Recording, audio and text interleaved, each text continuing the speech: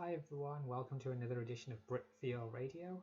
As usual, I am having some difficulties with my scheduling, but it's great to see you all again. And today we are, of course, running a special charity stream edition of the show. This is where we will be raising money for the purposes of ending racism and transphobia. And we'll be telling you about where the money will be going throughout the night.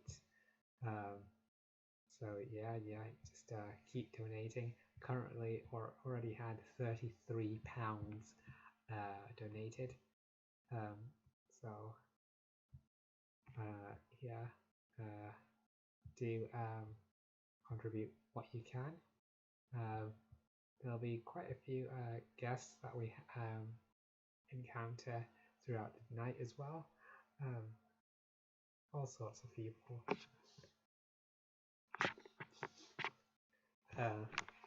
Some famous faces, some not so famous faces.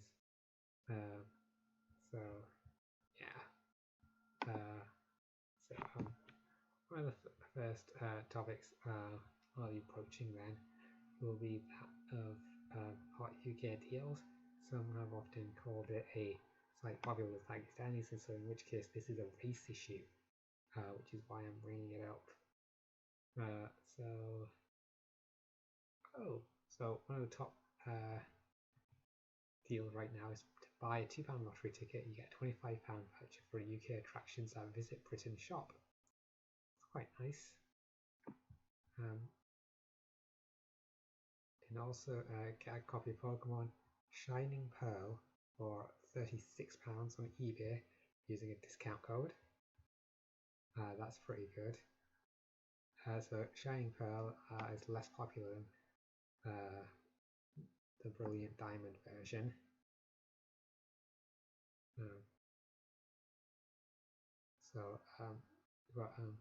You will get actually you won't get any bonuses with that one. It's just the game. I am tempted, but I would rather have the Diamond version than the Pearl version. Continuing down to see if there are any more good offers currently on UK deals. We also have the Apple Watch Series 7 Cellular 45mm edition. That's only £400. Apparently it's so cheap they consider it a pricing error. So at Curry's, Apple Watch Series 7, £399. So it's got voice calling, voice commands, smartphone notifications.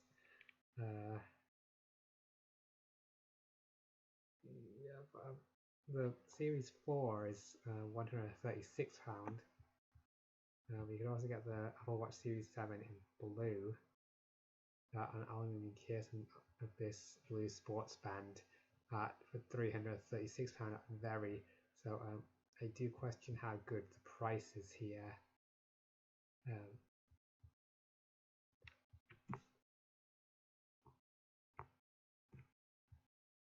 Okay, so yeah, just take a look at some of the other offers that are here as well.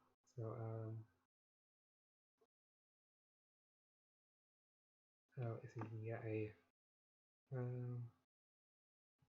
let's see.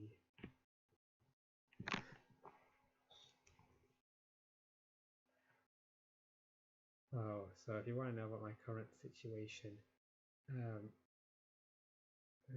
so I'm currently in my bedroom. I can hear that people are downstairs, but I know I'm not welcome. So yeah, I've just got a comment asking me to speak up as before. Yeah, that's something that I'm not able to do. You're going to have to turn the audio up on your side. I'll just leave a comment there. Going to need to turn the audio side.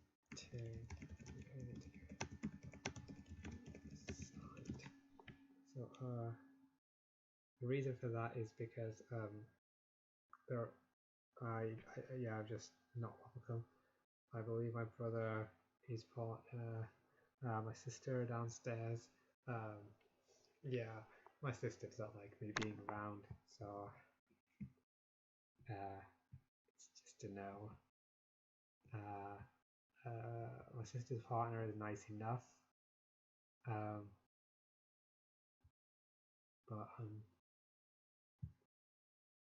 uh, everyone else doesn't seem to want me around her because apparently, I'm a freak and will scare her off.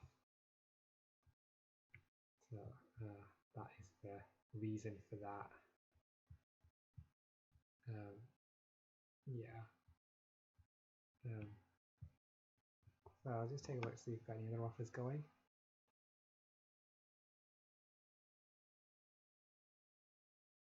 Oh, you can a complete Polish course, learn Polish for beginners, free course at Udemy. Not really sure what that is. Crisis Remastered has been added to EA Play. I believe EA Play is included if you have Game Pass. That's Xbox Game Pass. Another sign of how foreigners are taking over this country is that they roasted Marzuki Miodi Polish honey for £4 at Lidl. That's clearly of no interest to anyone, even remotely British. Oh, here's an interesting one. £51.95 for pre-owned Sega Dreamcast at CEX. Fascinating deal. Fascinating deal.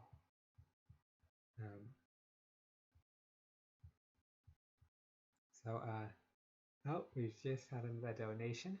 So we've gone from, I'm just going to update total tracker. So we've gone to, it's a 35, it's a donation of £5. So we've gone from £33 to £38. It's going to be 2 moments. Hello? May I ask who is speaking? Oh, this is Billy. Sorry, just had a bit of an internet connection problem there. There you go. So we're currently speaking to King Bilal of Northern Ireland. That's King Bilal of Northern Ireland. And you've come to. You're calling me Bilal. Is that a Muslim name? I believe it's a Pakistani name to be precise. And I think it's quite important to show solidarity. I know a little bit about Islam. As I understand it correctly, I think Bilal was supposed to be like Muhammad's black friend or something like that. Oh, I think you might actually be right now that you say it. No, that does ring a bell. Yeah, seriously, it's a 24-hour live stream. Either that or we hit our charity target first, which is £250,000. So as we're raising money to end transphobia and racism, I just thought it important that you show some kind of solidarity by taking a more racially diverse name. Although I still remember your stance on Palestine, so kind of fuck you. Kind of fuck you. What would you say racism is? What is racism as a phenomenon?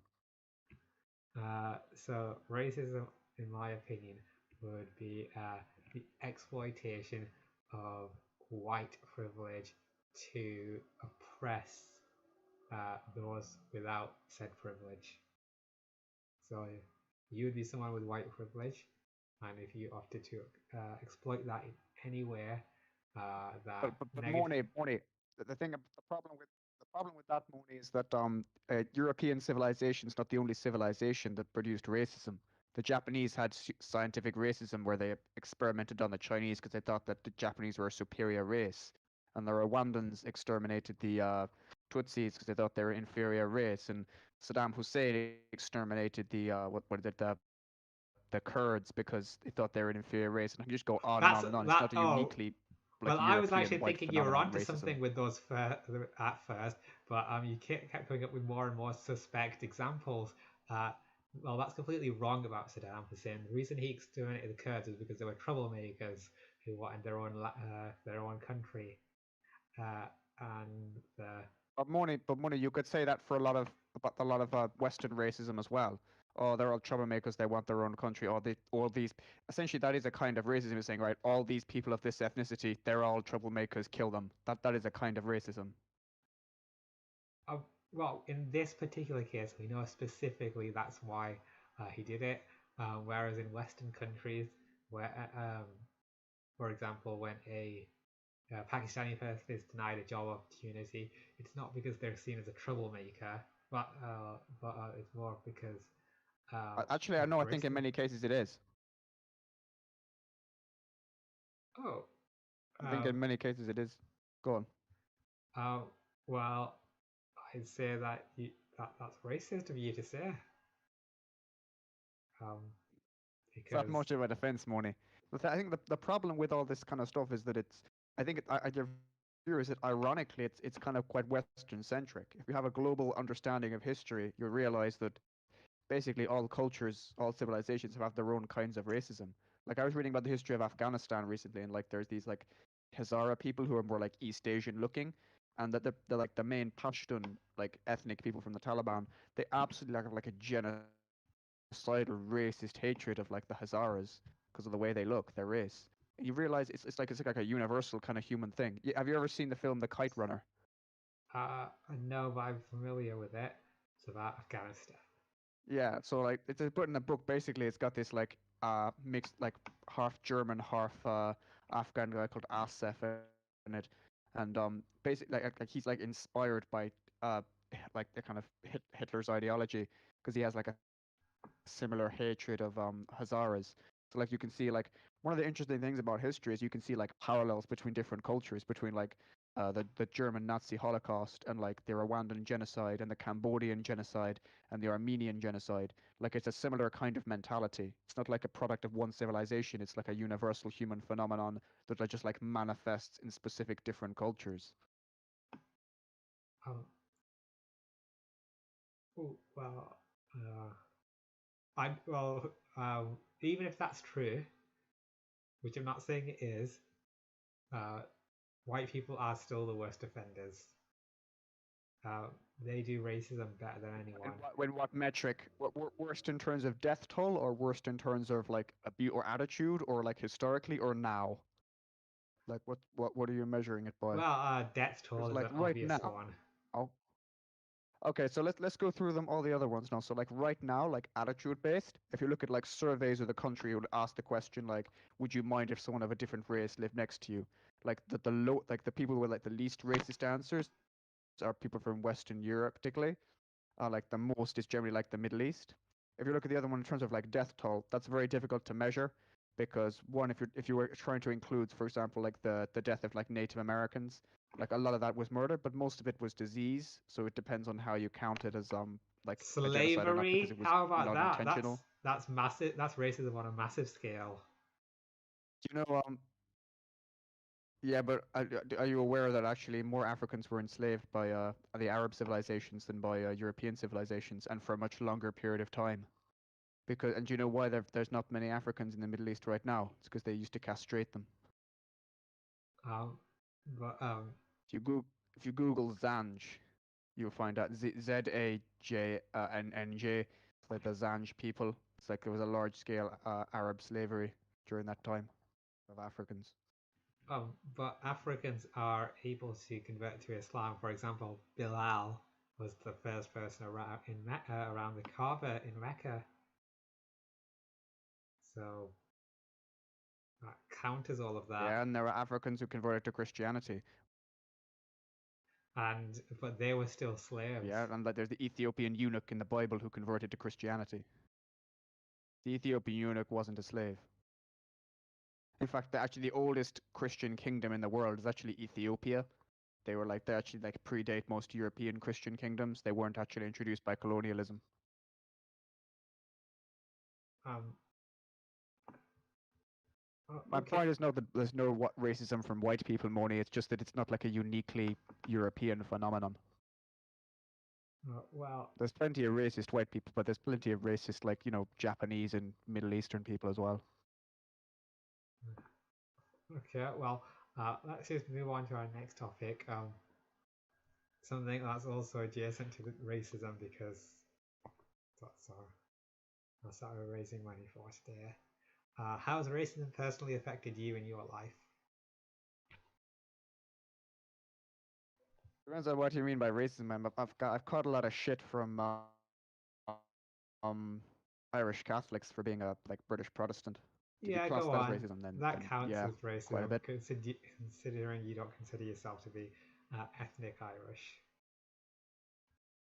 Yeah, someone threw a brick at my family's car, and like, guys, get the fuck out of here. That's quite similar to what people would Because they do call us to British like scum. immigrants. So that's quite universal experience and quite interesting there. Um, yeah, anything similar to that anymore? Anything similar? Yeah, that was the main kind of thing. And obviously, like, when we go on our marching season during the we have the 12th of July when the Protestants when we have our celebration of the Battle of the Boyne 1690. We have marching bands, and we march through neighborhoods, and sometimes we march through Catholic neighborhoods. There be people like jeering, like throwing stones, and like fights kick off sometimes. Like, it's been a lot more peaceful these last few years, but used to be like get really really rough because we go through our traditional areas, and sometimes that happens to go through like a Catholic street, and so they'll be like absolutely like shouting abuse and shit like that. Wow, that is simply awful and completely unacceptable. Um, so what's you? And that's quite surprising because apparently, your people are half the population of the region. Uh, so it's hard to believe that racism can still occur. 55%. Sorry, you broke up a Yeah, bit. I said we're 55%. Oh, you're the 55%. oh, that's even stranger. You're the majority and still suffering racism. Um, how is something like Yeah, I that mean, even well, the Catholics possible? would say that they're suffering discrimination as well, but we both kind of just don't like each other. Oh, so it's a type of mutual racism. Pretty much, that's correct. So is it safe to say both sides are happy with the situation in a way in that case that neither of them would want to end racism? Uh, so we're talking a lot about racism. I mean, and it sort of ties into religion because one of the reasons that the Taliban hate the Hazaras is not just because they look Asian, but also because they're Shia. Um, to answer your question, Moni, has there ever been a time in your life when you've genuinely believed in God or Allah or whatever? Unfortunately, yes.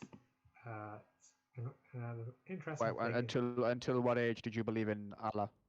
this interesting thing about that is that I wasn't born believing in religion. Probably didn't even start until let's say sometime before I was 10. But I fortunately stopped by the time I was maybe about 24-ish. Um, yeah, it's as a So famous in your person. very early 20s, uh, you were still basically Muslim until you were like 24. Is that correct?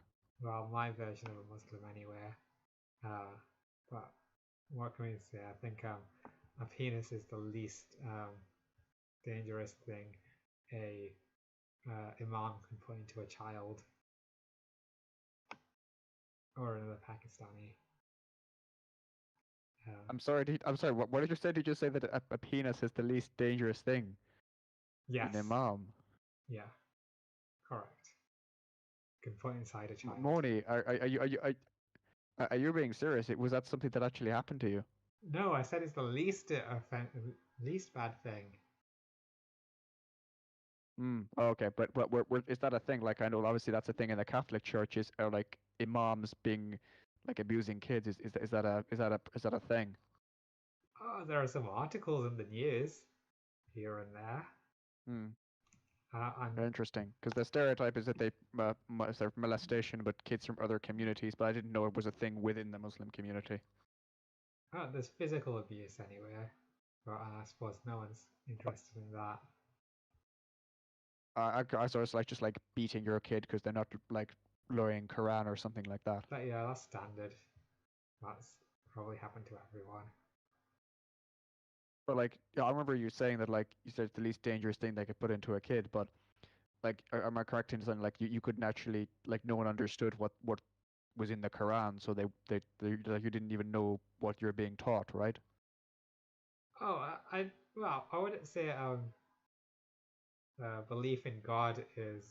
I mean, the teachings of the Quran are the bad thing that they're putting into a child because the imams themselves don't know what the Quran says. What they're putting into Really? children's heads is Pakistani culture and traditions and just weird rituals. Uh, So like that's really interesting. Like even the imams don't. You say that even the imams don't even know what's in the Quran. That's really weird. or so Does I anyone? believe. Right? Because they don't read like classical Arabic or something, or like Yeah, exactly. They probably don't use the they, internet either, so they just know what they've heard through the grapevine. so essentially like a lot of Islam, and ironically, it's the who like presumably whoever's like telling them what the Quran says has like an enormous amount of power. Like they could just say, ah, it says this. It says, so do it this way. Like, Much like Christianity during the. Well, the thing about Protestantism is that because everyone reads the Bible and we all go to Bible study, everyone knows what's in the Bible if you're a Protestant.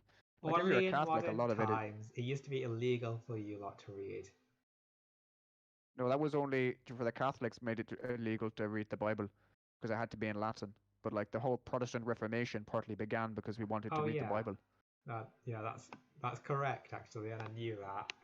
But uh, before Protestants existed, though, so I mean, So you, before the Protestants, there was like proto-Protestants, like the Lollards, like in like the medieval period, who were burned alive by the church because they were translating the Bible into English.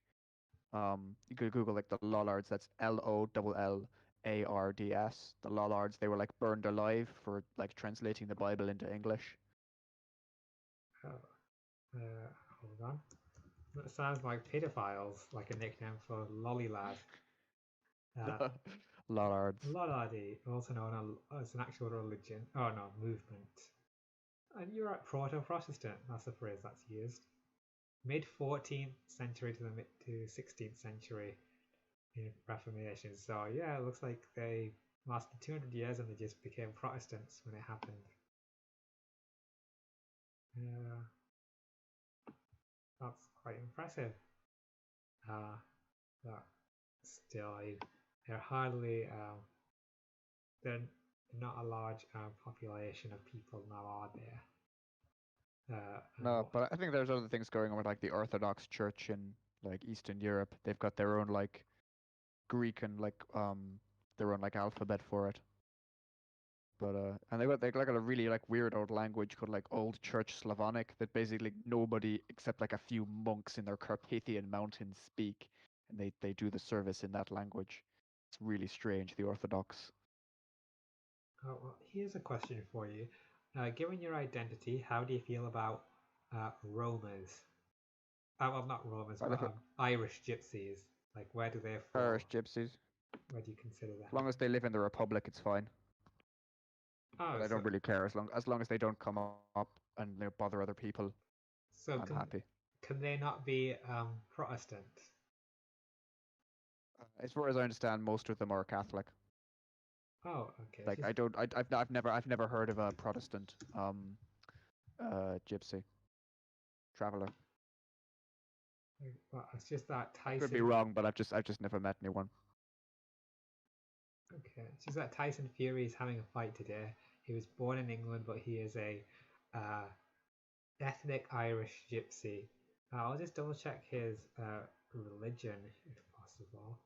Um, oh, he's practicing Catholic. I was raised in an Irish traveller Yeah, family. they pretty much all are. Um, yeah. Well, so will you not be supporting him tonight as he defends his WBC and the ring heavyweight titles against Deontay Wilder? I kind of do support him just because I kind of like him as a person. but it wouldn't. But I wouldn't like. I'm not a stan for him, but I actually quite like him as a person, even if I disagree with his theology. Plus, he Ah, doesn't strike me as like a because he is English. He didn't grow up in the Republic or in Northern Ireland. He doesn't have like that kind of aggressive, like anti-Protestant mentality. Like ah. Well, he does support Manchester United. Uh, so you're so probably hating them because you're like Man City, right? yeah, but at least he doesn't watch that Gaelic football. Am I right? Yeah, Gaelic football. It's only for only the Catholics play it, and hurling. Hurling's really popular with the Catholics as well. As I thought. Um, just checking. Oh, it's on BT Sport, but I don't have BT Sport anymore. Can't buy it. I bought the first fight. Spent 20 quid or whatever it was. Worth it. Okay. So what am I gonna ask next? Um, oh, you had a list of topics. I have to scroll pretty far back to find them. So if you remember any of them, just say them. Oh wait, might So I also. think the first one I asked was about music. Like, what even is music? Like, scientifically, philosophically. Because I remember you saying that you said you're not that into music, but you like musical numbers, like from Hercules or something. Um, yeah. What do you think about that? When did you first? I mean, when you say you're not really into music, was it just like you didn't hear like you didn't hear any music you liked when you were young, or like Yeah, why do you think that is? there wasn't really any way to get exposure to music. Really, was there without the internet? Uh, and the kids at school were definitely listening to nigger rap. So I is it Like you quite. said, they like nasheeds, Oh like yeah, Islamic nasheeds. that's the other thing they planned it for, and it was either nigger rap or nasheeds, especially during Ramadan. They were like, "Oh yeah, I'm accumulating Ramadan points by listening to nasheeds." Isn't there like some like Islamic ruling where you're not supposed to listen to music or like at least like musical instruments or something? Uh, Remember the Taliban smashing up like instruments and stuff? well, I don't think the Taliban are the lead are judge who judge what Islam is. I think they're kind of doing their own thing. There's a thing about Mm. instruments allegedly.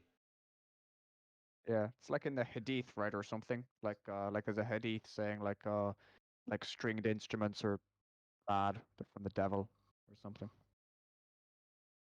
But like as I understand, like Muslims, they kind of some of them believe some Hadith and some of them don't believe some other Hadith, and they pretty much kind of like pick and choose. Yeah, in my own opinion, it sounds a bit questionable as well, just because uh, the Quran is the word of God, and Hadith is just like stuff Muhammad said. So for that reason, it all seems a bit more um, like less has less authority. Yeah, I don't really get all the Right. Muhammad worship. It's just like, oh yeah, he's the perfect man. Do as he did. Yeah, I'm not sure where that comes from. I think that's even Mm. though he was all about idolatry is bad and stuff. Don't worship me. I think it's just the Yeah. average Islamic just has low intelligence or something. Mm. Yeah, that's all I can say regarding that particular thing. On the topic of transphobia and race, have you seen the recent Dave Chappelle special, The Closer? I've not seen it, but I've heard that he said he's like Team Turf or something like that. Yes, that is correct. Um, he's spent a good 50 minutes or so just talking about transgender people. Um, so What it's what did he say? uh, well, all sorts of things, all sorts of offensive things, uh, like gender is real. Uh, I mean, do you think gender is real? I mean, what does that even mean? well, in his opinion, it means that he said everyone in this room passed through the legs of a woman. Like, that's clearly not that he doesn't know that's true. Well, I was born by cesarean section, so. But yeah, basically, we were all born from a female. He didn't say a female. He said a woman, and He men said could give he said birth. woman. So so yeah, I mean it's just like objectively false because So I um, think it was interesting he said like gender is real because I thought the whole turf thing was that like no like it's sex is real and like the phrase man and woman should refer to like their biological sex, but they think the turfs think that like gender is a social construct or like apparently, but I think a lot of like transgender people sort of think gender is a social construct as well. What's your thought on that? What would you say gender is? um, I'd say that um, yeah, I would say that gender is a social construct and people just act a certain way because they've been conditioned to. They believe there are certain uh, Mm. performances uh, they need to partake in. Um, yeah, I So So how can anyone be so like don't be offended by this, but if gender is a social construct, how can anyone be like born transgender then? Because then if you're transgender, surely it means you've got like a more feminine brain and a male body or something like that. Like if but if gender is a social construct, then like it doesn't like yeah, how is it like how is there like effeminate behavior being indicative of someone being innately transgender if it's just a social construct? it's because of the society we live in. So transgenderism is necessary for the society we live in. If we completely abolish gender, um, I think that might actually be the best solution.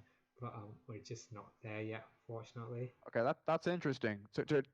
So do you think if we lived in a culture where we didn't like enforce rules on girls and boys, do you think that like you wouldn't even consider yourself a woman then? You'd just be like an effem like if we lived in that kind of society, If we you lived just in be like that, you just be gone. if we lived in that sort of society, then I'd still be, I'll still behave and act the way that I do probably. Just that there wouldn't be a tag associated with it. Um, I probably would have been freer to So you behave basically the just way. consider yourself so you just consider yourself like a man, but like a man wouldn't mean anything other than just having like balls. That's it. Uh, Biological man, I think. All right. So like that's interesting then because We'd probably get rid of so the like words if men it and is women and just use something like XX or XY, but the terms would only ever come up on like biological exams and stuff. so like if you're okay so if we obviously we don't live in that society, but if it is just like your identification with being effeminate, then why do you need hormones to like change your biology a bit to make yourself look like a woman? Why Because not you're a just have racist, like transphobic piece of shit, you chud. That's why. not it's not even a transphobic question, it's literally just an honest question. Why would you need it if it's just like a personality thing? Because part of it from my understanding is like part of it must be also physical, because if you want to feel and look like a woman then obviously you've got to take the hormones and all that. Yeah, But like so obviously is it the thing is that like it used to be called transsexualism, right? Because people wanted to change their sex by change their biology by taking hormones. But I but now it's called transgenderism, which is more like the psychological behavioral side of it. So like the question is, I guess I'm asking is like, is it like, are you dysphoric about gender or are you dysphoric about like physical sex, like the physiology of it?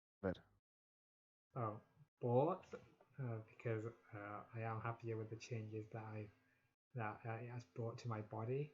So yeah, and that's one of my main concerns.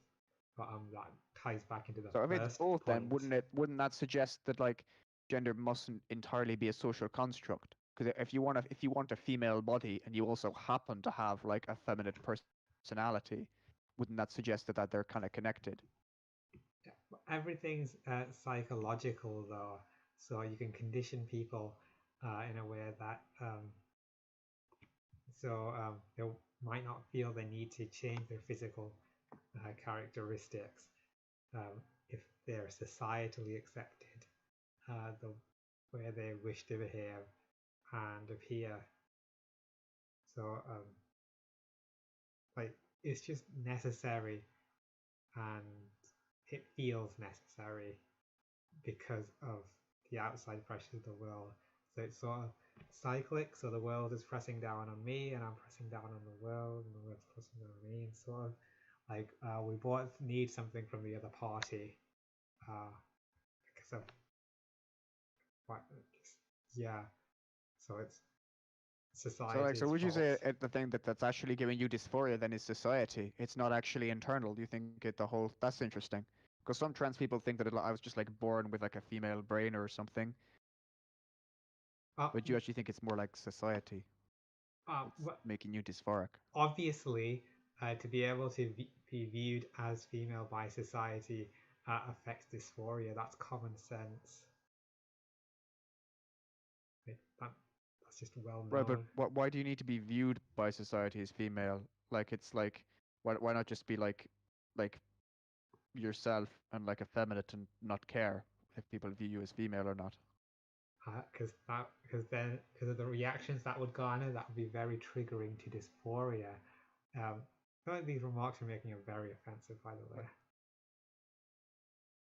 Some of these remarks are making offensive because I'm just trying to understand how this makes sense. Because the issue isn't that I hate trans people. The issue is that like trans people have like wildly different interpretations of what it means to be trans, and it's all complete and they kind of slightly contradict each other.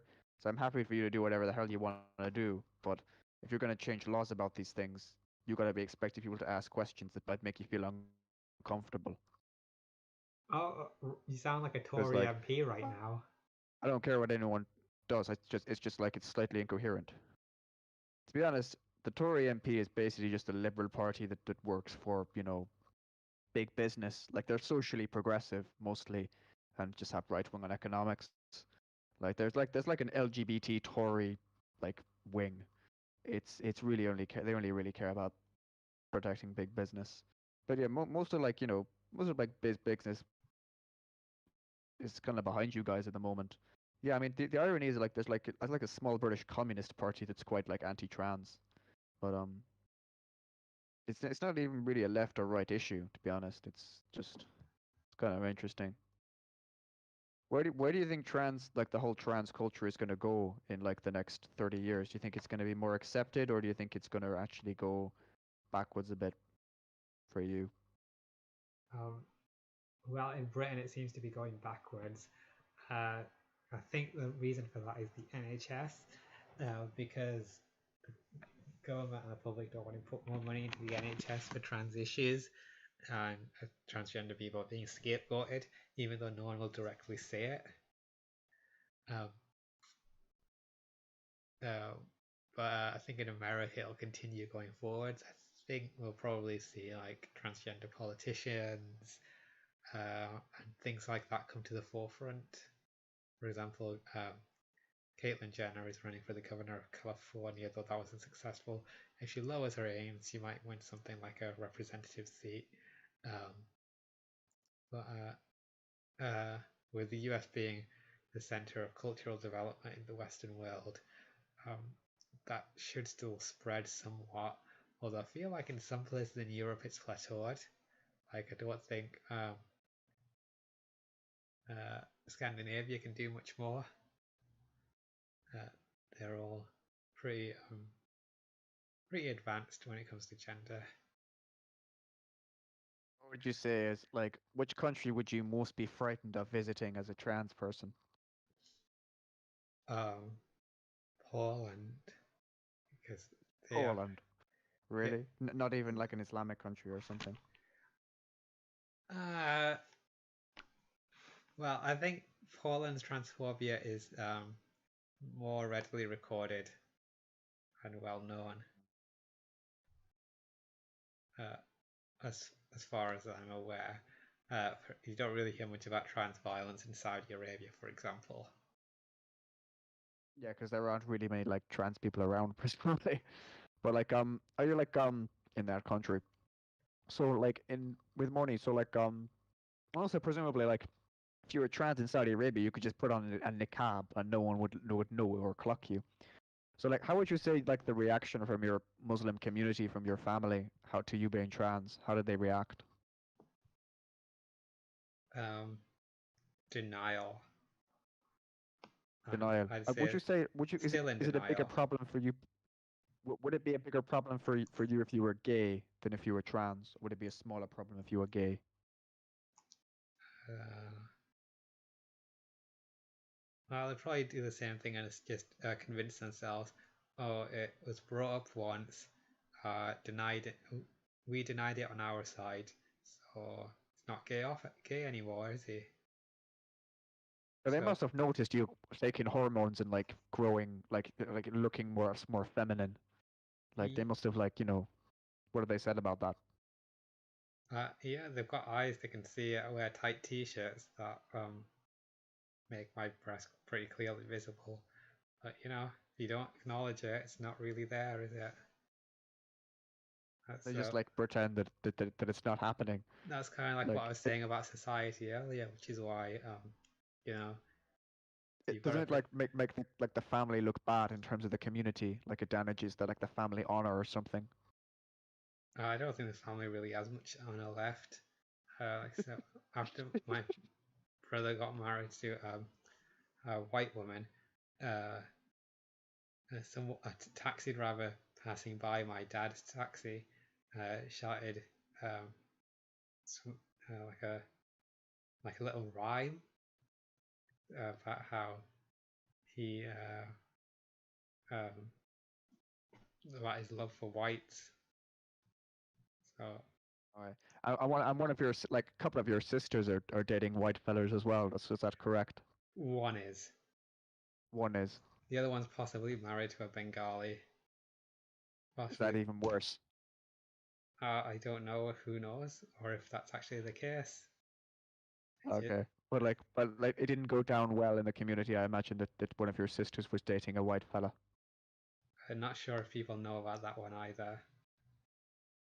My dad But isn't it didn't even go down well sure. with.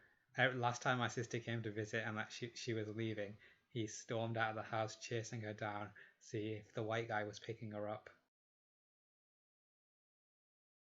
Is it Because I'm mainly a race thing or is it pretty mainly sure she a lives with religion him, thing? but she denies it.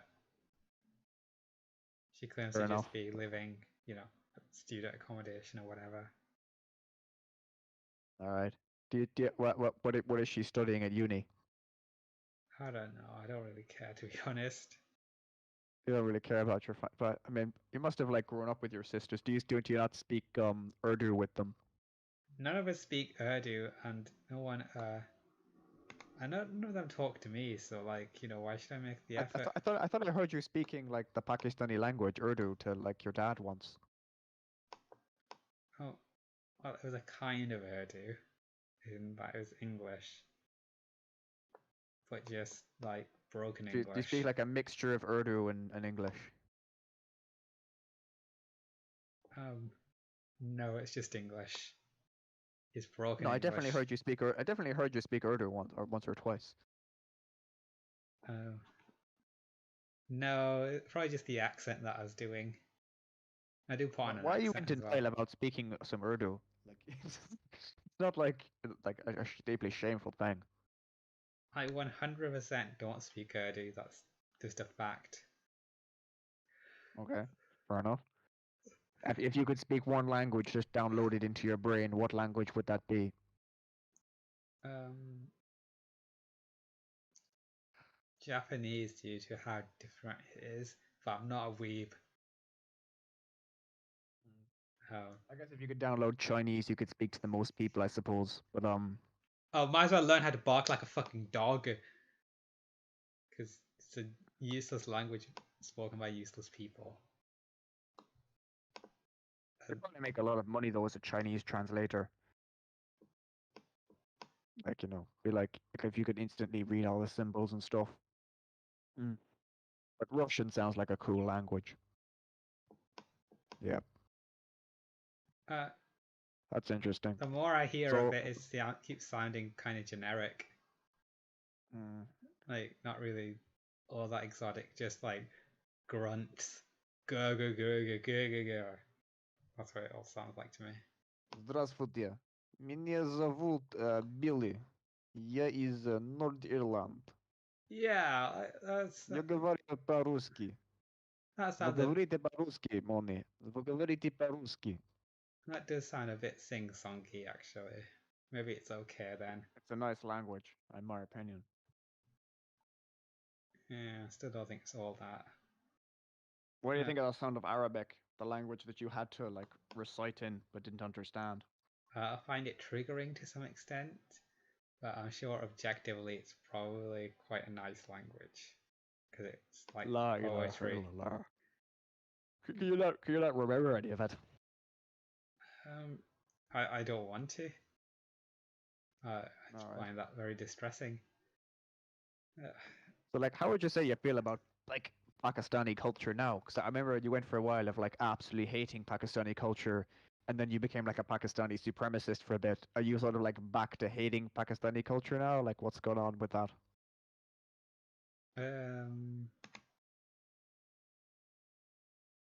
Well, I do sometimes think violent thoughts about retribution towards the Pakistani community, but also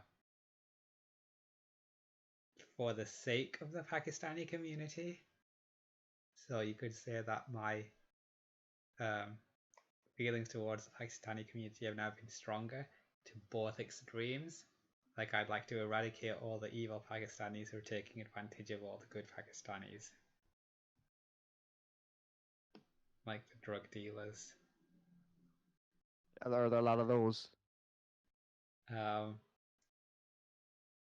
Do they mainly sell to whites though? The yeah, Pakistani drug dealers.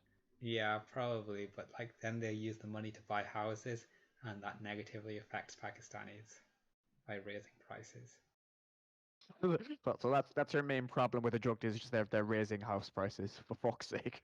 Yeah, actually. You don't care about some poor teenager who's like mental health problems who's stuffing his veins with heroin and shit. Not if they're white. So you basically just fucking hate everyone except yourself. That's basically what I'm getting here. Oh, I'm standing up for Pakistanis and Well, you said you wanted their so now you wanted social like violent progression. retribution on the Pakistanis. Now you said you're standing up for Pakistanis. Like, Moni, I just think you fucking hate everybody. That's it. Like you haven't got a fucking an amount of affection for any kind of community or anyone.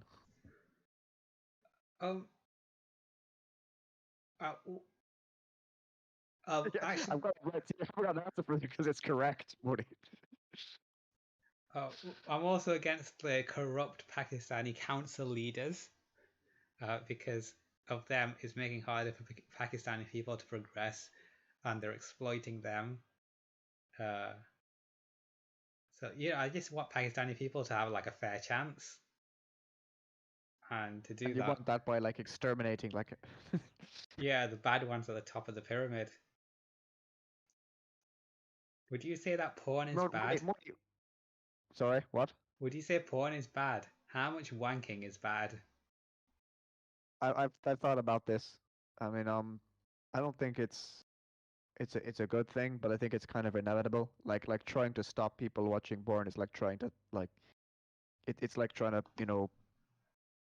like eat a mountain. Like they say nothing's impossible. Yeah, try eating Mount Everest. You fuckwit. Like nothing's impossible. Yeah, go eat Mount Everest. You fucking cunt.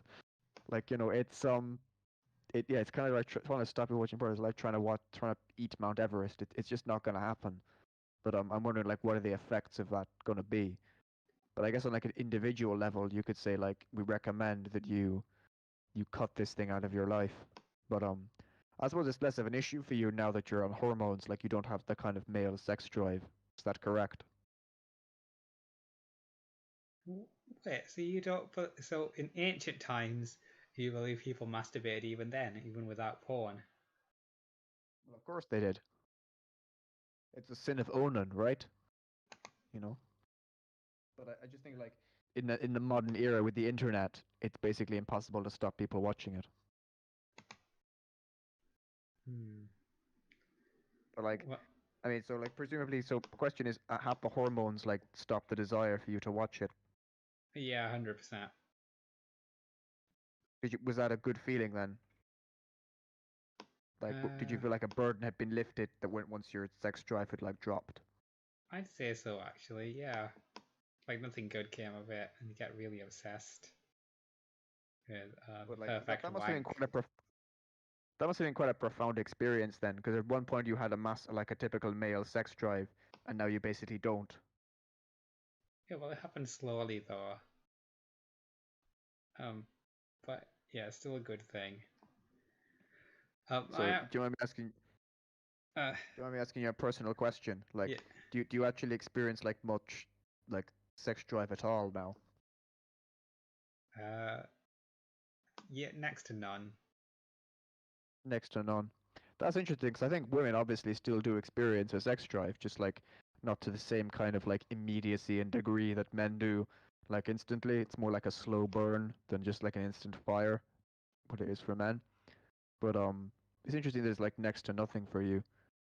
Does that like that's interesting. Um, I guess in some ways it's probably quite alleviating a lot of stress, but at the same time, it's a bit of a cliche. Like everything men do, they do to get laid. But there's like an element of truth that it is a major motivating factor for men to do certain things, like work out or like get a better job, is because they can become more attractive. That's like or even like for women is like a motivating factor so they can find a good fella. That's one of the things that motivates them to do well and stuff. So they can find a high quality fella. But if you don't necessarily have that, like, what's kind of like motivating you to, I don't know, I don't know, what would you say is around like motivation to do shit? um, I just keep my head above water. Uh, I can by working and making some money. Mm. Uh, Where do you see yourself in like 30, I don't know, like 20 years? So are you like 30 now? What's your age, do you mind me ask? 30, yeah.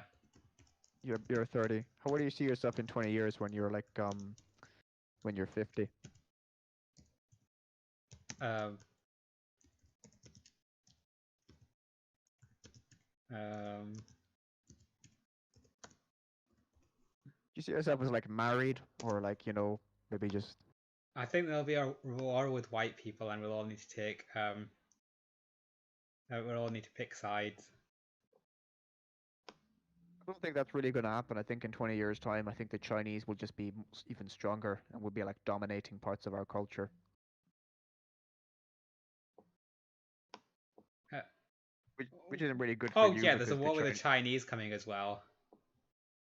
Yeah, but the Chinese aren't going to side with you. They pretty much just genocided the Uyghur Muslims. Oh no, we're gonna have a war with China first. There's gonna be everyone against China. Then at some point, we're gonna have more internal wars. Like America is gonna be the whites and the blacks and the Mexicans fighting each other. And I think the Russians will probably side with the Chinese, given that like China owns like half of Russia at this point, and they hate the Americans, so they might as well side with the Chinese. uh, they know the smarter move would be to sit back and see what happens. Because if that all that debt that the China they owe to China, uh, that all disappears when China is destroyed and split between the victors. No, it also disappears if China wins and they can write off some debt for being good to them. Uh, really, that's quite the cuck move. Like you can either Well, see when your master being destroyed, or you can be a good slave and hope they give you a bit of freedom. Well, to be honest, I think I don't know really. I imagine that like China is getting pretty powerful. There's like 10,000 cyber attacks a day on like NASA and various other places from China. But yeah, it's kind of interesting to see what the main problem for China at the moment though is apparently like birth demographics because they've got such an aging population.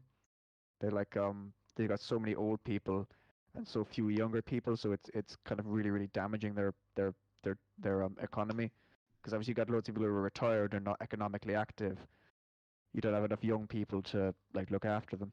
It's a big problem in Asian countries. It's going to be a massive problem here to an extent as well. Uh, China is a complete paper dragon.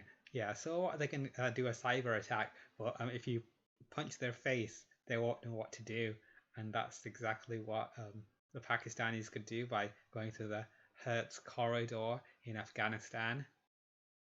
Uh, The Wakhan corridor, you mean? uh, uh, that might be what it's actually called. Yeah, Yeah. Wakhan corridor. Um, Afghanistan's only border with China. uh, uh, it's a very important one, from It what is. I It was understand. created by the British and the Russians as a barrier between the two massive empires, between the Russian Empire and the British Empire. It's Uh, interesting how many borders of the world were basically drawn up by English public school boys. Think about it. um, uh, Correct.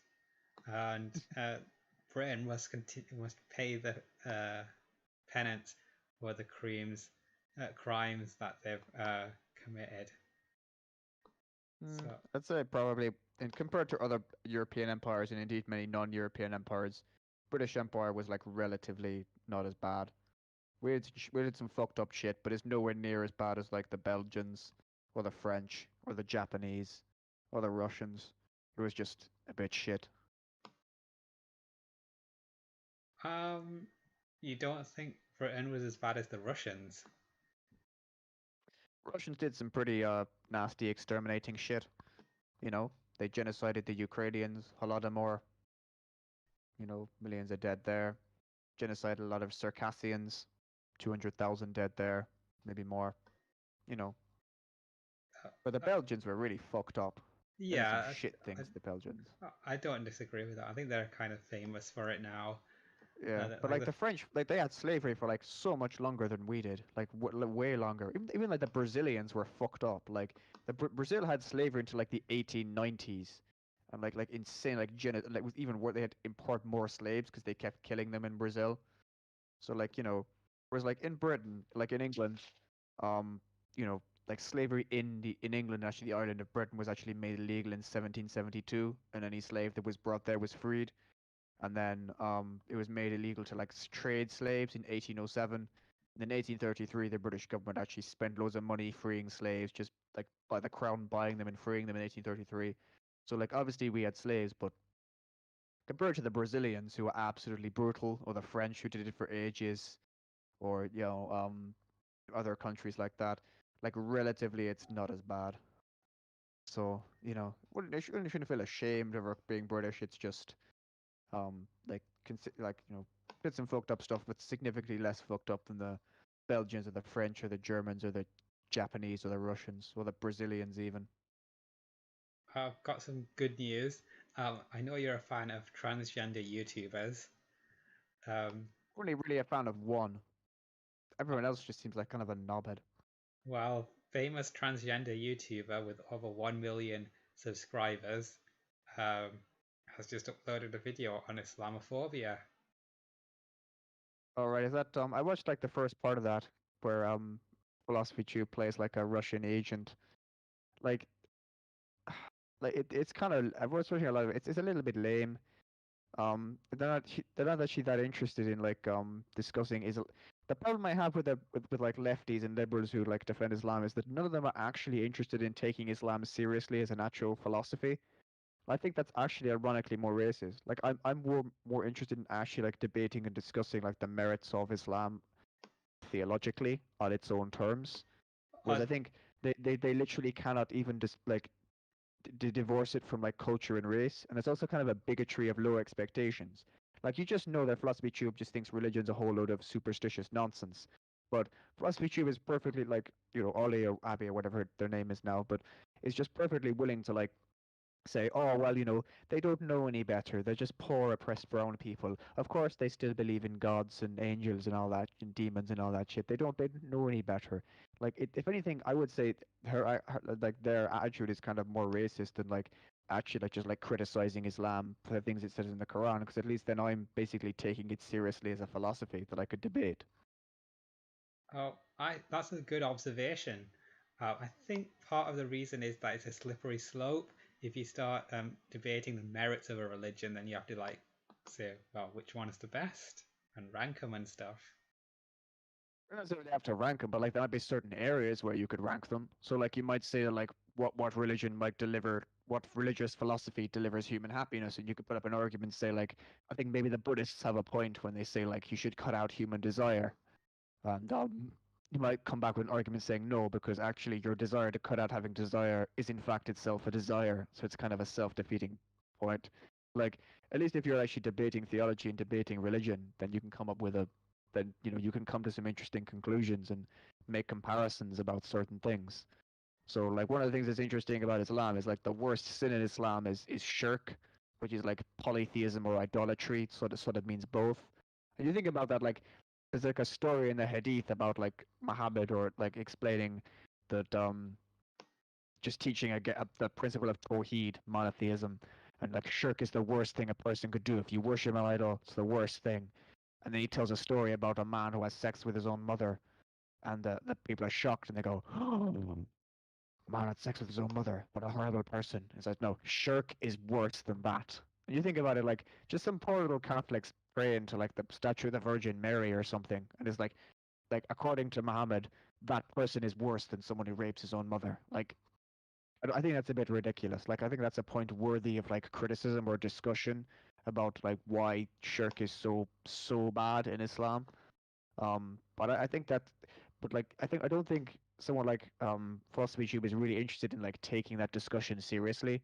Like I don't even get the impression that Abby's ever even read the Quran or even knows anything about the Hadith or anything. It's just basically like, oh, you know, these oppressed brown people, they should be allowed to have their beliefs that I think are bullshit, but they don't know any better because they're just so oppressed and simple people. Aren't I lovely? Like I actually think that her attitude is like way more racist than mine. Uh, it actually sounds very, very bad when you put it like that. But But it is like I genuinely think a lot of like SJWs, like so many of them are actually closet racists. Like have you heard of that book what's it called again? Yeah, White Fragility. It's about like Robin DiAngelo, this like white American left wing academic. There's like this really weird fucking passage where she explains like how like she admits that she's completely racist because she lives in a racist white supremacist society, and she knows this because she was really scared to go to a cookout because she thought it was filled with black people. I was like, I've never thought that in my life. Like, Robin, Miss D'Angelo, I think that's just you. I think a lot of SJWs are just like actually like secretly really racist and have loads of prejudices, and they imagine that everyone is like them. Like, no, most people don't give a fuck if there's a load of black people at a cookout. That those people aren't racist. That's it. I could just really tell like some of them are so weird and like insecure, and I think you can see that a lot of people when people like wince or get really scared about people like criticizing or discussing the merits and faults of Islam. It's like, no, the reason you're so insecure and getting really angry and upset about someone criticizing or discussing Islam or like even just like discussing it critically is because you're so paranoid about people finding out that you're a bit racist and frightened of brown people. Like that's it. You know. uh, yeah, good stuff. But do you think maybe the way that these leftists treat Islamophobia is the same as the way they treat, say, homophobia, in that it's just they see it as just something you can do and you shouldn't have a problem with it because it doesn't affect you, and really it's just Mm. bigotry on the part of the people who have got the hatred. So I remember there's this French philosopher who describes like the radical left's obsession with protecting Islam as sort of like trying to drag Marxism out of the dustbin of history by catching onto the coattails of radical Islam. So I think that they see it very different as to homophobia because unlike homosexuality, which they just see as like, whatever, they see sort of Islam as sort of like the new communism, as in it's sort of like the new ideology that can challenge Western liberal capitalist democracy because we go through the Cold War 1949 to 1945 to 1991, peaceful 90s, 9/11 happens, and suddenly everything is like up for grabs again. there's like new tension in the world between civilizations. At least it sort of feels that way anyway. But I think that I think they just see it as sort of like, oh, this is a kind of racism because the war on terror is a justification for colonialist imperialism. There's a problem with like framing and like modern politics in that way. Like it's not the 19th century anymore. It's a different kind of phenomenon. Um, so yeah, I don't really. I don't think it's really that they view it the same way as homophobia, because I don't think that a lot of them even know what Islam actually entails. Like I said, I think they've never read much about Islamic history or read the Quran or anything.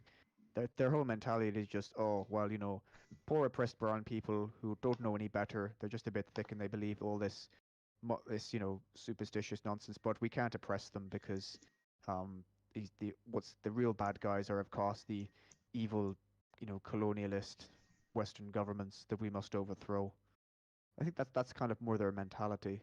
Like, they don't actually have that much respect for Muslims or Islam. Like as I say, I think I have more respect for Islam, at least with like in Islam there's like some interesting like philosophers like Ibn Sina and all that is produced, and some interesting theology, even if I think it's wrong.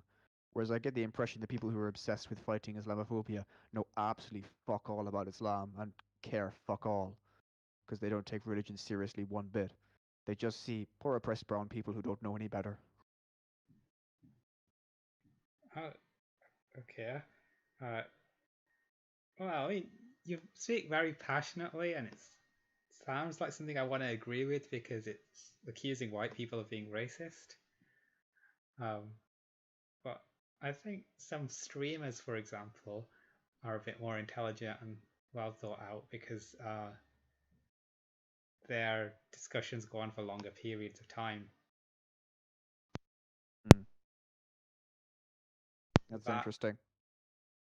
Vaush had donated a £250,000 to Palestinian Children's Relief Fund.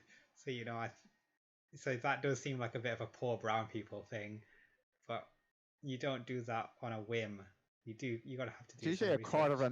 £250,000. It was a charity stream, so his Oh fans right, so donated he didn't really. actually like he raised it himself. He didn't actually like just give it away. Right, okay. Yeah, I mean, That's but interesting. similar type of thing. Um, Mm. I am pretty tired. So do That's you need to go fine. to sleep? Oh, okay. It's kind of disappointing no one else joined this chat. Why would you say you're so tired? Have you been like getting I, up? What? So it's not very late right now. I work nights. I finished my shift at 7 o'clock, but then I All right, stayed you up work until nights. about 1 o'clock, so I only had like 2 hours sleep. Are you like working from home or are you actually working in the office these days? Office. Like who the fuck is calling in like the middle of the night? Fuck off! I'm not working at a call center anymore, you dickhead. I'm Why are you above fucking that. calling me a dickhead just because I didn't know that you don't work at a call center anymore? How the fuck should I know? I You don't follow your accused me. blog. You basically accused me of being a call center packy. You That literally worked at a call center for ages, Moni. not anymore. It's insulting that Yeah, you but you think. did for ages, so you can't really blame me for thinking that you worked at a call center when you worked at a call center for ages and used to post about it all the fucking time. But to think you assumed that I would never move up from the call center. How the fuck should I know? When did you move up from the call center? Uh, End of March. So basically a few months ago. So Six, not very long ago, was it? half a Fucking hell, year. like, all you had to fucking say was, no, I moved on from that job, now I got a new job. And tell me what your job is. No, it'd be like saying it'd be like accusing me of being a prostitute, and I'm like, no, I've got like an actual 9 to 5 job now. Well, if you worked as a prostitute for ages and didn't tell me that I've moved on, then it would be a legitimate question. If you spent ages posting about working as a prostitute for ages and didn't tell anyone that you moved on, then it would be a legitimate question. Oh, well, here's another. Well, does it sound a bit more insulting when you say phrase it like this? Oh, are you still being a prostitute? Are you still pulling tricks? Doesn't that sound kind No, of insulting? because if you spent years posting about pulling tricks, then it wouldn't be offensive. Um, Yeah, very much that, Maury. Anyway, what's your new job? I can't really say because then people will know, will be able to narrow down where I work. But it's in a very hip and happening industry. What And is it, a high-class call center? I do admin work. I do invoicing, scanning, and indexing, and filing. For a I high only, class call center. well, I don't take any calls. I only put a headset on to listen to YouTube. But it is for a call center though. Okay, fair enough. Okay, that's interesting. Uh, Hello there, Schubert Dubert. We've discussed a number of topics. We've discussed the subjects of racism, religion, Islamophobia, and the fact that Moni claims that Moni no longer works at a call center. Where does Moni now work? I make A over. high-class call center. I'll make about £23,000 a year, so just consider that. That's not exactly. I mean, It's 23,000 more than you, student scum. yeah, but I still get carry through. We are actually wrapping up, so we can probably go for another 15 minutes. It's just I only had the 2 hours of sleep, so I'm Oh, just got more tired than I thought. Nah, don't worry. Okay, so let's ask questions. We took a lot about religion. Moni, you said that you were Muslim for a while. What was the moment that made you not believe in God anymore? It's more of a why does God let bad things happen to me? That's pretty selfish. What is it? Judaism is like the most selfish of all religions. You have old it is. It's all like golems and How's that selfish? How is being old selfish? no, because it's so they're old. Its values are outdated. Oh no! Surviving for long periods of time is selfish.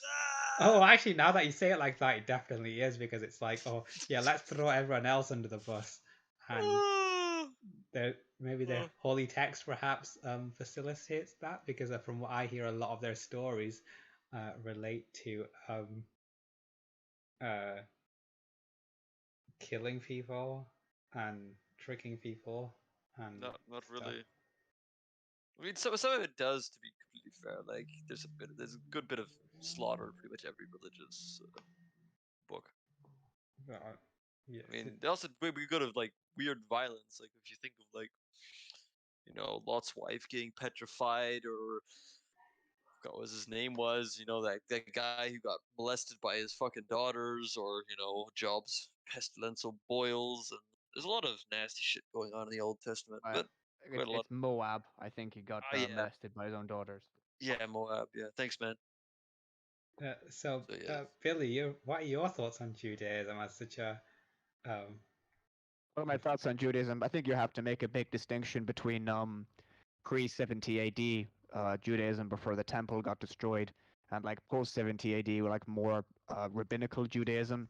So like pre-70 AD Judaism was it was like a high priest, and it's more like Catholicism with like a centralized authority, and they did carry out stonings and stuff. But after that, it became more about like the rabbinical studies where like, oh no, we can't stone people anymore because we don't have like a high priest. The Messiah hasn't come back yet, so it sort of became like a kind of different phenomenon post Second Temple destruction.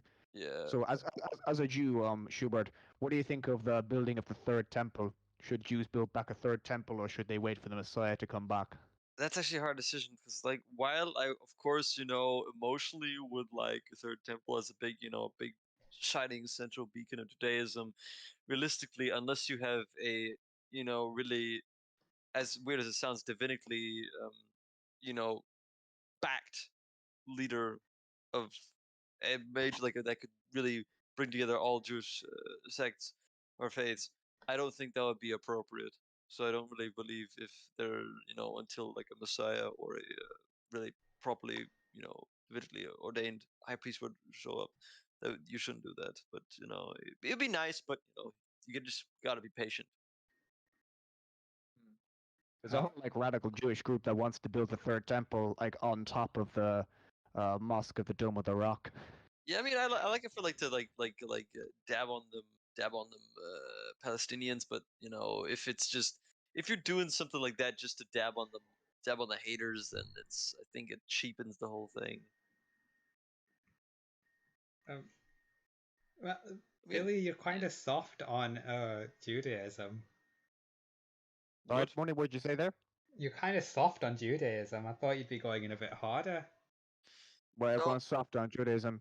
It's not really allowed to go soft on her. Like it's a very as a world religion, it's pretty small. It's like 0.2, but like 0.02% of the world. Like it's not. Yeah. But, Yeah, at the end of the day, you gotta be diplomatic to a certain extent. As much as it sucks to do so, but you gotta be real about some things. There's But actually quite a few Israeli flags in Northern Ireland because some of the Protestants identify with them. Oh, it's pretty cool, yeah. yeah, in a bad way though, because you're both fucking colonizers. Well, it's only actually a few of them because the reason was because the Catholics wave a lot of like Palestinian flags a lot because they identify with them. But That's like kind of so weird. yeah, it is quite strange. So In like as what a way? They're response, both oppressed by foreigners that came from abroad and took their land. it's a very I think it's more like they like to see themselves like connected like different struggles around the world. So like you go to like a Catholic neighborhood, there's like pictures like Nelson Mandela and like Native Americans and like like it's just kind of peculiar because they kind of want to paint themselves in that kind of way. Oh, Yeah. Like Nelson Mandela and like you used to have like Aung San Suu Kyi, the Burmese woman, but they crossed her out, and even like Gandhi and shit like that. Ansan, what was her name? Aung San Suu Kyi. Ansan- the Okay. Burma Yeah. lady. Come I- on, Schubert, educate yourself. Thought you were cultured. Not quite familiar with Southeast Asian politics. I'm sorry. Yeah, she like helped free Myanmar, Burma from Oh yeah, she was a dictatorship. yeah. Yeah, but it turns out that she's actually like really like she hates Muslims. And she basically like allowed like a genocide to happen in against Sounds yeah. sounds pretty based. Not gonna lie. No, but Actually, she's one of the only people to like ever get like the Nobel Prize taken back from her, Nobel Peace Prize. that It's is almost as if wild. Schubert doesn't read the news because this is like a big story for quite a while. I mean, I heard about the whole military overthrow in Myanmar, but I hadn't followed the situation past that. The massive refugee crisis, how all the Rohingyas were driven in towards Bangladesh. Well, frankly, Bangladesh is not exactly a priority on my list, except for countries that make pretty solid T-shirts. So Schubert, well, I've got a pitch for a film. It's in ancient. So some aliens, some aliens come to Earth to try and take back Earth because in ancient times there were humans and they traveled to another planet, but things didn't go very well for them on this other planet, so they came back to Earth to try and colonize it again. I call it Space Jews. that's pretty based. Jews with lightsabers and phasers. That's pretty awesome. I stole that joke from Dude, Dave Chappelle. Dude, that would be pretty cool if they had dude, if they had like a Space Marine chapter in 40K that was like Jews and stuff like Hammers of Maccabee or shit. That'd be awesome. Let's see if I can find that Jewish 40K. Jewish. Jewish 40k. Why the hell is that a thing? That'd be. I'm gonna see if they have that. That'd be pretty cool.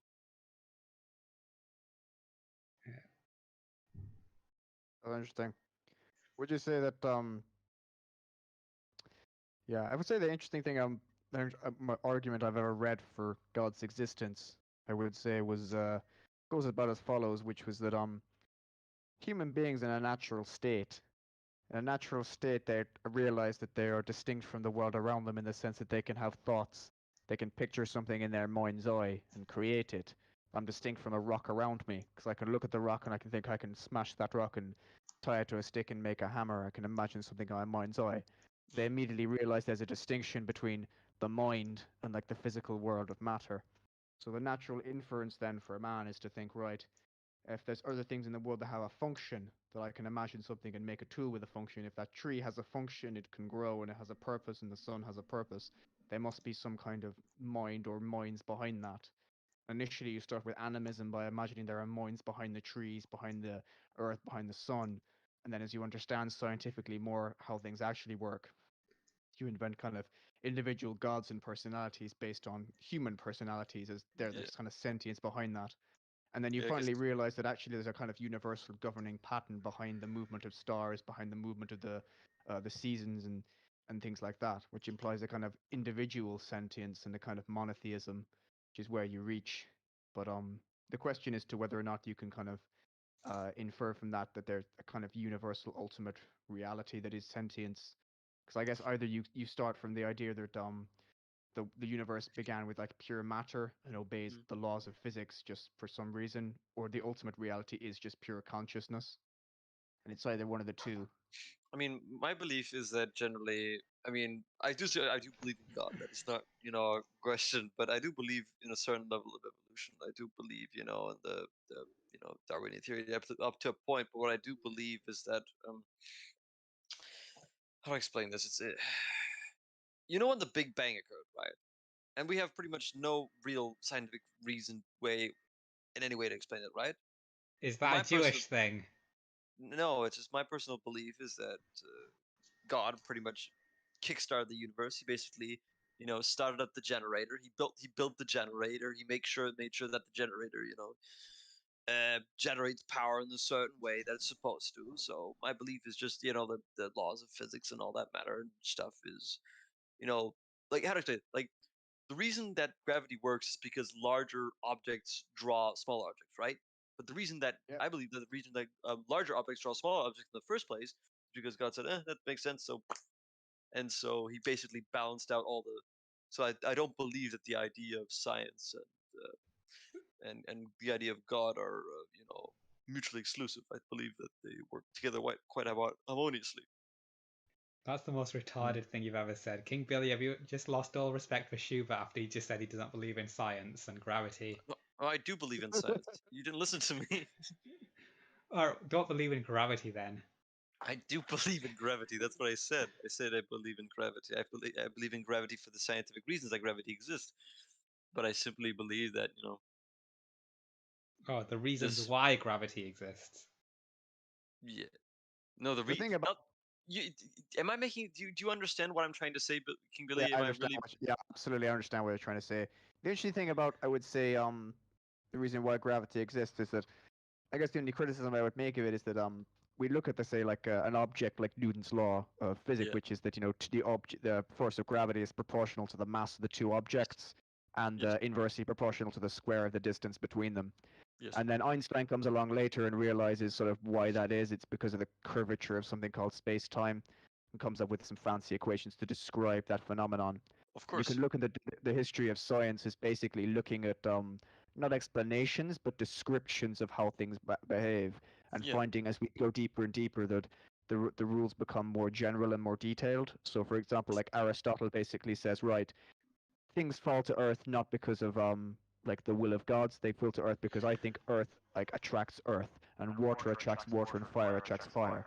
That wasn't actually a good descriptive rule, but it was quite revolutionary in the idea that like we could describe the world as behaving in patterns through obeying certain rules and laws. And then, Newton comes along and goes, no, actually, there's this particular reason that everything falls to Earth, and why it's the same kind of force that the moon is attracted to Earth, and the same kind of force that the Earth is attracted to the moon. I've got some fancy equations to describe this motion as a good description, but doesn't really explain why objects of mass attract each other. It just described that. And then Einstein comes up with even better description as to describing force of gravity as the curvature of space-time. Like basically, the fabric of space is curved and objects are just kind of following it. But again, that doesn't even really explain why it does that. It just describes it. So essentially, what you're getting is just closer and better descriptions of things. It never really gets to the root of like why the universe is actually like that. It just is, and we've come up with some great predictions. So I guess it's still at the end of there's still always room for God in that sense of just to say this is why the universe will be like this. I've written the code of how the universe works. Yes. That's pretty much what I was the point I was. Or I gotta be honest, you put it far more eloquently than I ever could. But from what I understood, I think that's pretty much what I was trying to say. That all these the scientific beliefs are completely correct, but I think they're just getting closer and closer to understand the God's plan.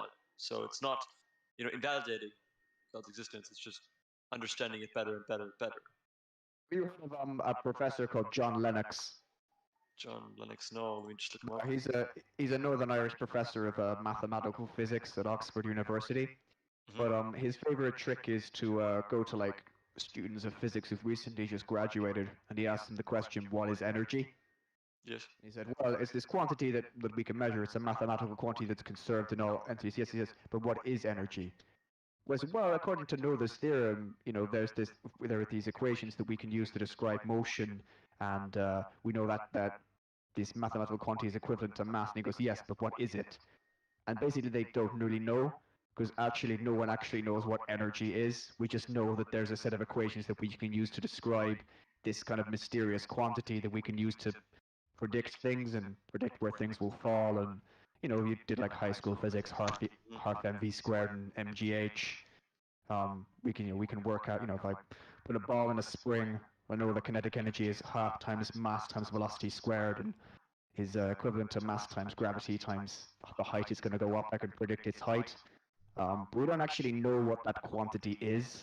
It's just the law of the universe, and it's actually a lot more mysterious than we really realize. And his whole point, John Lennox, who's actually quite a devout religious person, was that science is great at describing things and predicting things. It's not actually as great at explaining why things are the way they are than we often kind of like to think. It's just it is what you're coming up with more and more detailed descriptions of the universe, Yes. rather than actually explanations of why energy is the way it is, or even what it is philosophically. So that was his key thing, is that basically, like, physics graduate at Oxford still don't really know what energy is. Yeah. He did a good debate with Richard Dawkins, actually, John Lennox. I'll check that out. It's like, Oi, shut in, Packy. Why are you here? You've got AIDS. We don't want you infecting us. That's right, listeners. Shut in has AIDS. Yeah. Not gonna say anything. Okay. I suppose that's a symptom of the AIDS. Can you hear me now? yes, loud and clear. I was muted. Who's John Lennox?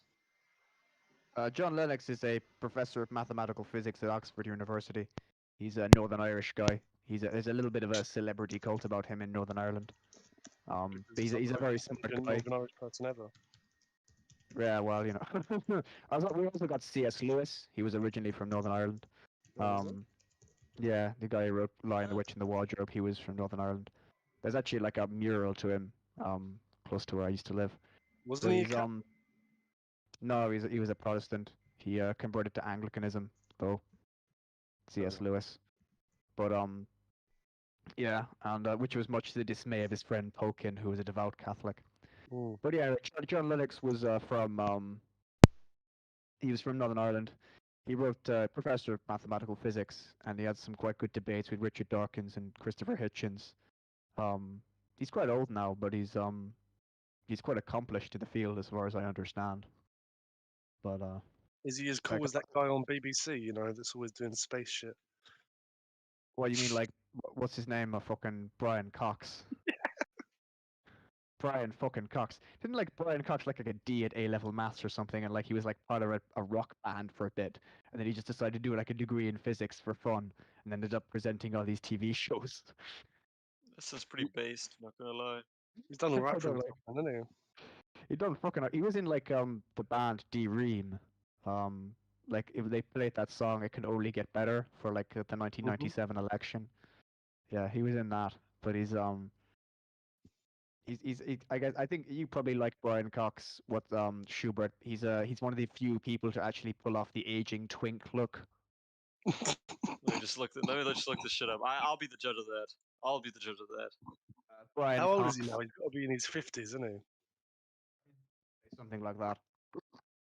I mean, I do not care for the plastic surgery, but I could tell, like, shave off 30 years and definitely, yeah. Was he had plastic surgery? You could tell the lips and the cheeks. I thought that was just blowjob lips. I thought that's just what happened when you give too many blowies out. Aren't yours like that? Nah, Oh, not yet. nah. Maybe in a couple of years though. We can always hope. Yeah. Who knows what the future will bring? Yeah, but I'm pretty sure that this Brian Cox character, he's got not. It's good. It's good work. Don't get me wrong, but it's just there has been work done. Testing. Oh, I imagine when you're in the media here on TV, Yeah. you're always going to get stuff done though, because like you're so focused on your like appearance, right? That is a fair point. Though. I seem to have been muted for a while. Just so I know, Shutton, were you ignoring my questions about your aids, or were you unable to hear? No, I heard you, but I just was more interested in what Billy was saying about this Northern Irish physicist. So Oh, but Yeah. I don't have a. That was taken out of context. Yeah, because if I don't have AIDS, I highly doubt that Sheldon's going to have AIDS. oh, but these Chinese lot, they're swarming with all kinds of viruses, like coronavirus, for example. So it's not surprising that they're carrying. Don't get things me wrong, like I that. hate the Chinese as much as everybody else, but like, chill, Moni. I'm sure Sheldon knows how to pick the clean ones. No, that's not true. I had a girlfriend that posted about on Britfeel a couple of years ago who had a hepatitis. Oh my, that is unpleasant as fuck. To post it, to say politely. It's okay. I think I don't have it though, so it's okay.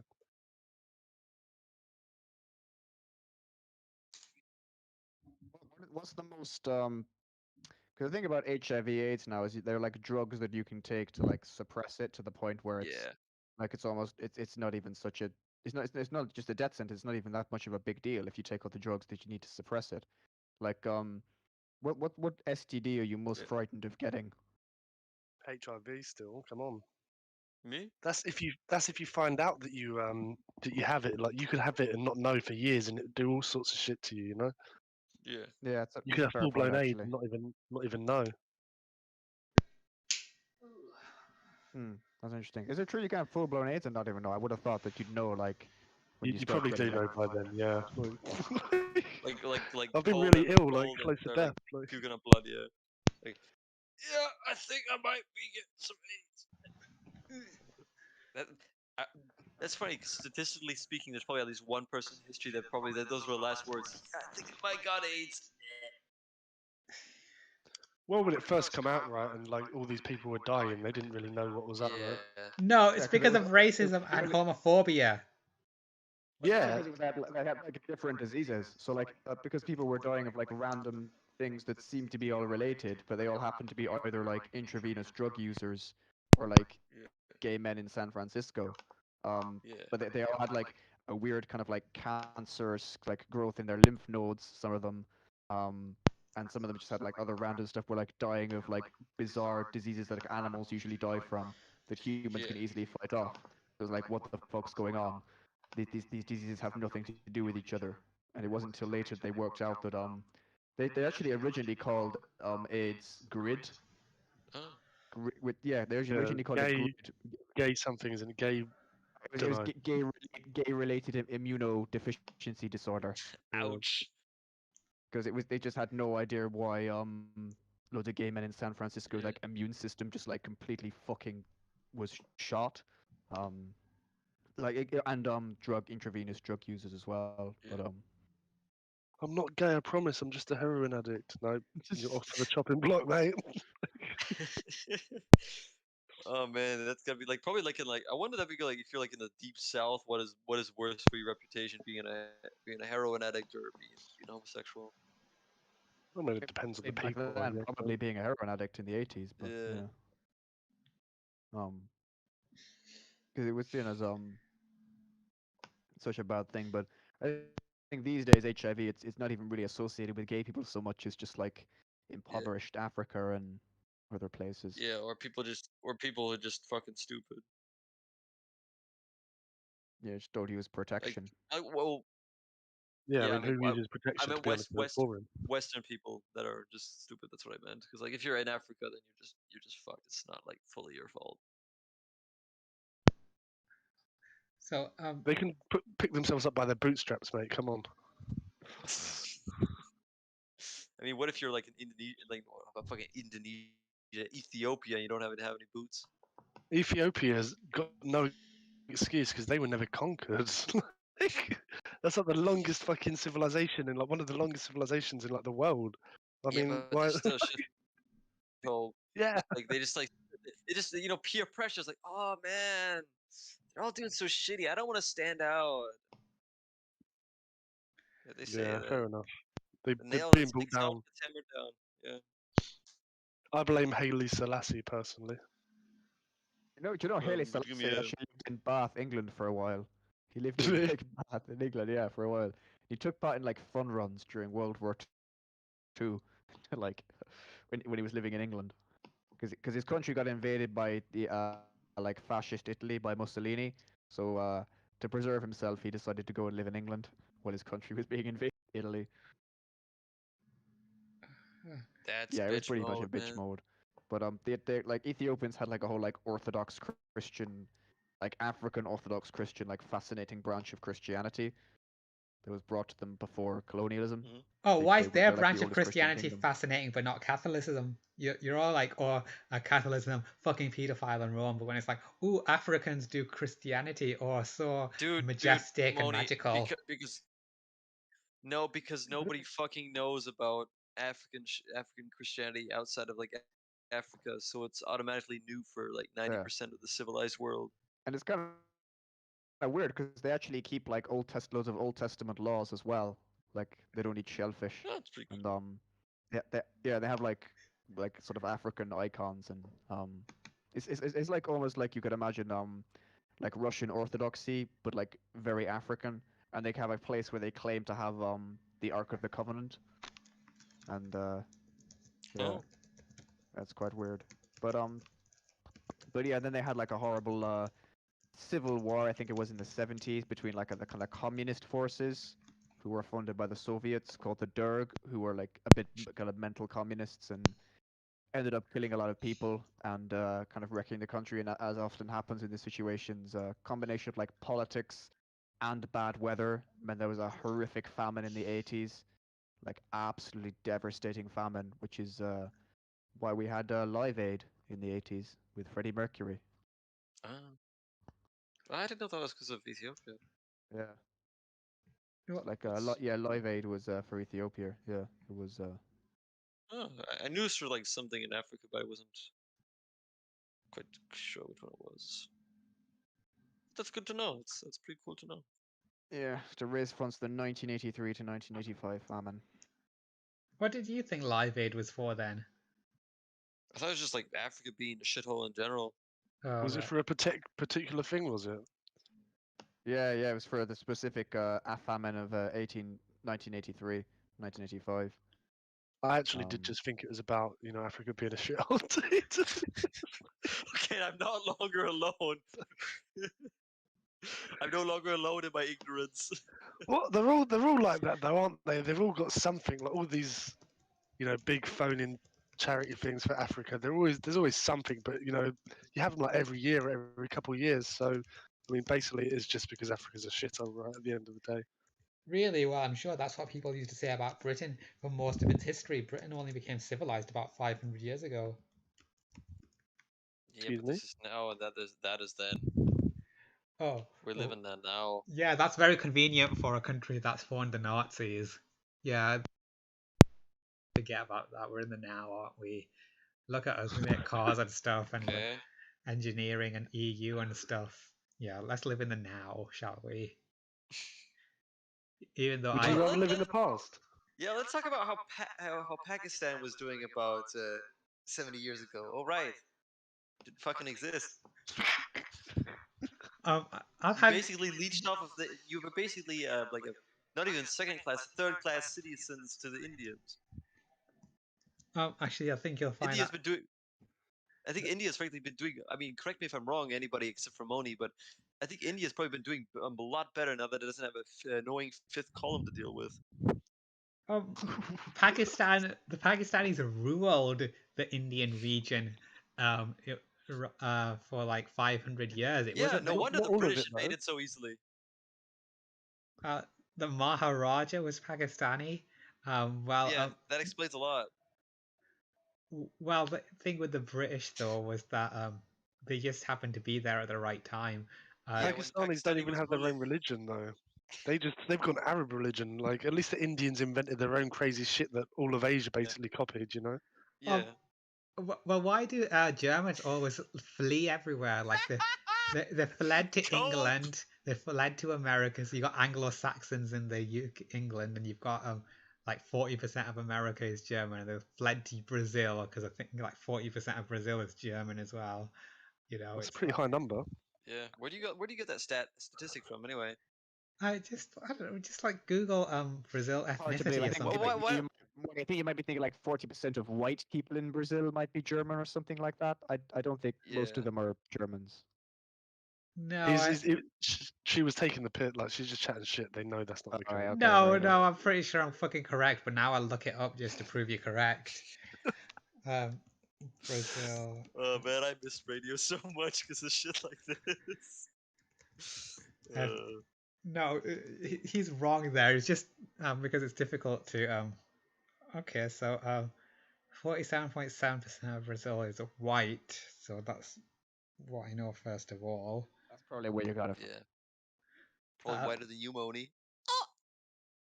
uh, well, that some people I believe think I'm mixed race actually. Dude, I'm pretty sure that even actually that'd be a good question.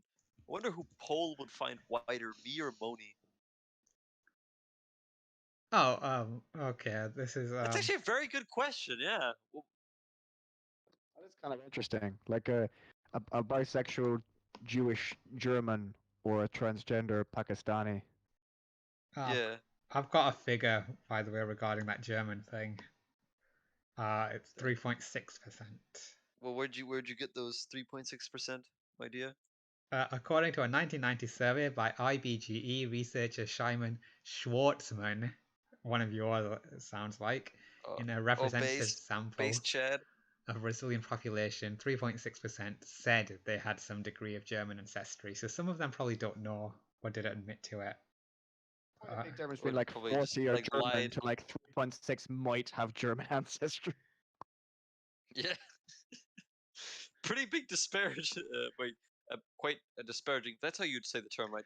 Quite a Oh, big wait, disparaging. there are Oh, towns in Brazil that are like Shit, over I know. 80% German though. So there you go. Yeah, just like there's towns that in the US that are like 90% Mexican. Doesn't mean all 90% of the United States is Mexican. Well, the point is that Germans continually fled their homelands to better places, whereas the Pakistanis have I'd rather stayed say in Pakistan strong. colonized and but that also works. Yeah, whatever makes you sleep at night, dude. Colonized. It was the Germans that were. The funny thing about the Germans is that they got the Vikings invaded them in Germany, and then they fled to England, and then the Vikings invaded them there as well. So. But I think it's like most of the Germans didn't really flee Germany. Otherwise, the German country wouldn't really exist now, would it? German country doesn't exist until recently, though, right? Oh yeah, but it exists now, or a confederation of German states, or even a bunch of fucking German countries. If you know what I mean. Like the Germans yes, as like there's- a culture and ethnicity existed for a Yeah. long time, but the actual state Germany was like 1871. Yeah, I know. or something. Yeah, 1871 under Bismarck and Wilhelm the First. Yeah, I know what you mean. It was a poor choice of words. I was referring to more of a German culture and ethnicity. Yes. What you mean Turkish? Okay, that one's fair. That is actually a fair joke. Yeah. Okay. Does anyone else identify with the German culture of the 1940s? Of course not, because most Germans aren't autists. Okay, I'll take that as like say half Well, of it. to be fair, we have a healthy dosage of autism when it comes to like engineering and like perfectionism and rules and shit. But like most Germans aren't like negative autists. Yeah, the rules. I was just following orders from Mein Yeah. Führer, as they say. Yeah, that is sadly one of the negative parts of the German spirit. Oh We were wait, very Germany's in the news right now. How do you feel about the trial of that 100-year-old German officer? that was a couple months ago, or did they find another one? It's in the news right now. What is it? A 100-year-old German officer is Wasn't it just like being she wasn't charged. even an officer? She was just like worked as like a secretary or something like that, or at the concentration Can you camp. guys? I don't think any of you guys are reading the Daily Mail. It's a man. No. Yeah, I don't think I is it? really am Alright. reading the Daily Mail.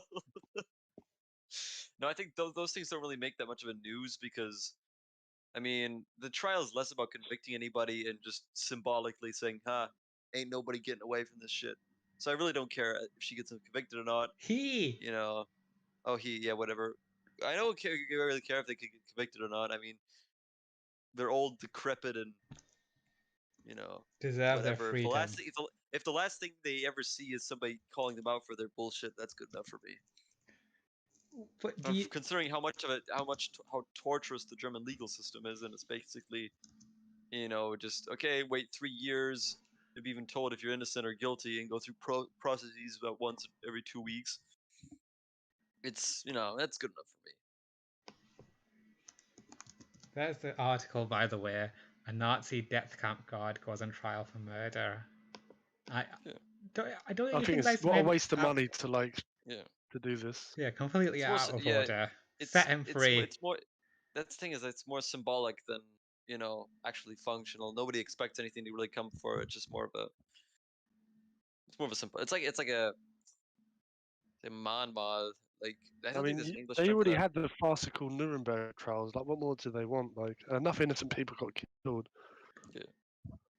Yeah, exactly. Why add more to the list? The point is nobody. He's not going to be put to death. He's probably not even going to jail. It's probably just going to be slowly dragged off until he dies for Yeah, natural but causes. the thing is, like, I think the fact that they're even doing this now, like, what is it, like 78 years later? Come on, like, get a grip, guys. Like, The point is it's just to keep like the German you're never supposed to forget about this shit. why? Get over it. Like, fucking hell. It's part of German identity now. It Yes, shouldn't be. Like, stop. Like, It's hating on yourself so much. no, Like, no. Don't get me wrong. I mean, I have an iron cross from 1914 in my bedroom. I love German culture and I love my country, but I think it's also important that if you love your country, you're willing to accept that everybody has some dirt and there's some skeletons in our closet. And sadly, the German people have quite a large skeleton in our closet. Oh, That doesn't mean I can't be a patriotic German, but yeah, but like what is the real purpose of this? To just like to shame people? I don't really get it. Like, you're gonna I love think this. it's There's the list of all the people that have just been convicted. Get this. This one guy, he was being an accessory to the murder of 300,000 people who died in Auschwitz. And guess how many years he was sentenced to? 2. how many? 4 years for being accessory to the murder of 300,000. So yeah, He was like a dustbin man or something like that, or like But he Yeah. took do out you the not think bins or that's something at Auschwitz. ridiculous though? Like, I think that being told, like, especially when you're in the army or something, being ordered to do something, like, it's a legitimate defense. I think, like, what do they expect you to do? Just get killed? Like, I know. Your No, job. I know what you mean. Go on. It's less about really. At the end of the day, it's more about setting an example. you might as well just say what every it is. single German person that like has to go to prison for 4 years. Like, that could No, be it's anyone. not- You know what I mean? It's more like people who are It's- involved in the SS rather than the Wehrmacht. Yeah. Like people in the Yeah, Wehrmacht like, no- are not like because you just had to be in the Wehrmacht if you're a man or of age. Whereas Yeah, like, and to be in the SS, you I'm just had to be quite devoted to the ideology. yeah, like that's the thing. Also for me, like no, I would not consider any German man who survived, for example, Stalingrad. I see no matter what the fuck they did or what they did in their life, I see that as you fucking survived Stalingrad. I'm not going to give you. You pretty much have amnesty for whatever happens after that, as long as you're I mean to say the point is I treat people who served in the military in that branch of the regular military at a different set. I don't see them as villains. I see them as soldiers. The people who were like in the Totenkopf Brigade who went around killing innocent people. who Mate, who were non-combatant. soldiers across the whole fucking human history have done this shit. You know, like But I they see, still do it now. Like, yeah, of course. But I mean, I I'd guess say the distinction is that like the difference between like the Wehrmacht and the SS was the Wehrmacht Yeah. was just like the German army, and the SS was like specifically invented to be like one Hitler's personal bodyguard, and like the Allgemeine SS, like their purpose was to carry out like the final solution, like Yes, the that's Endlösung against the pretty the much Jews and that's pretty much it. It's just I see that I see there's a big quite disparity between a fighting force that is designed to enact the will of the state and in a military sense versus a fighting force that's been established specifically to wipe out non-combatants from the face of the earth for the sole purpose wiping them out, not for the purpose of conquering a country, not for the purpose of you know uh, so even would you fucking say oil. that Mossad should basically be in the future just be like imprisoned for whatever for their human So rights abuses? that's a secret service. I also don't say It's the same as the SS, I think. You know, I, it's got an SS Moss SS ad. that's like saying Why? this. It's like Coincidence or not? that's like saying like the CIA or the MI5 are the same as the SS. Yeah, might as well be. I disagree with that. I'm glad to see your pro-Nazi side. Shit in. I'm I'm not not pro-Nazi at okay. all, actually, but I just think like, come on, it's been long enough. Like, shouldn't be arresting random 100-year-old men that just like did nothing. Do you know what I mean?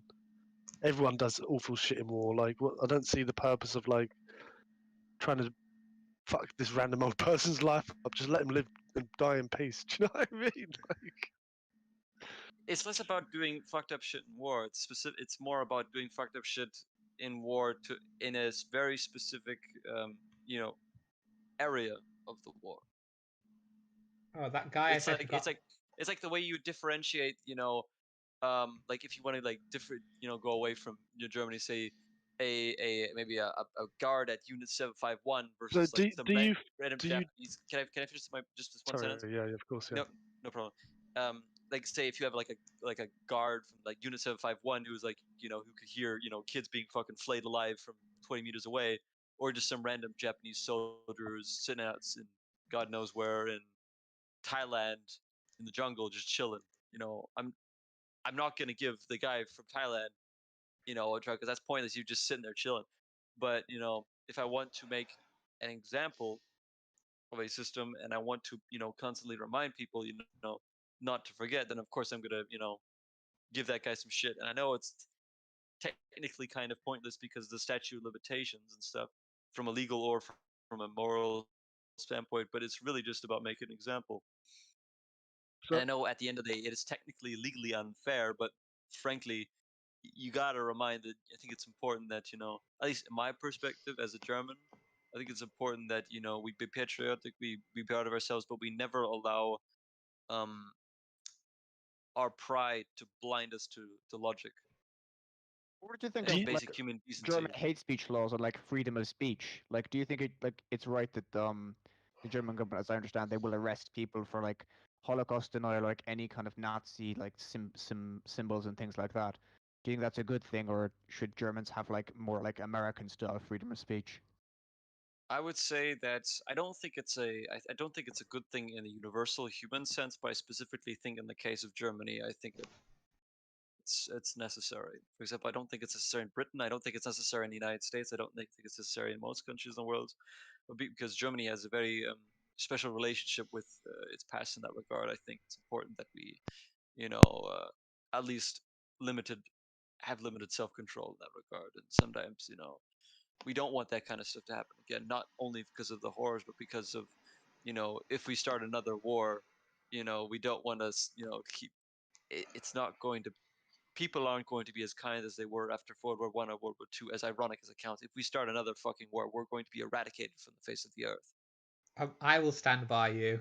I don't think that like, yeah, obviously this stuff is awful. Like the Holocaust, however many died, whether it's inflated or not every year, maybe it is, maybe it's not. But like the death rate, people died.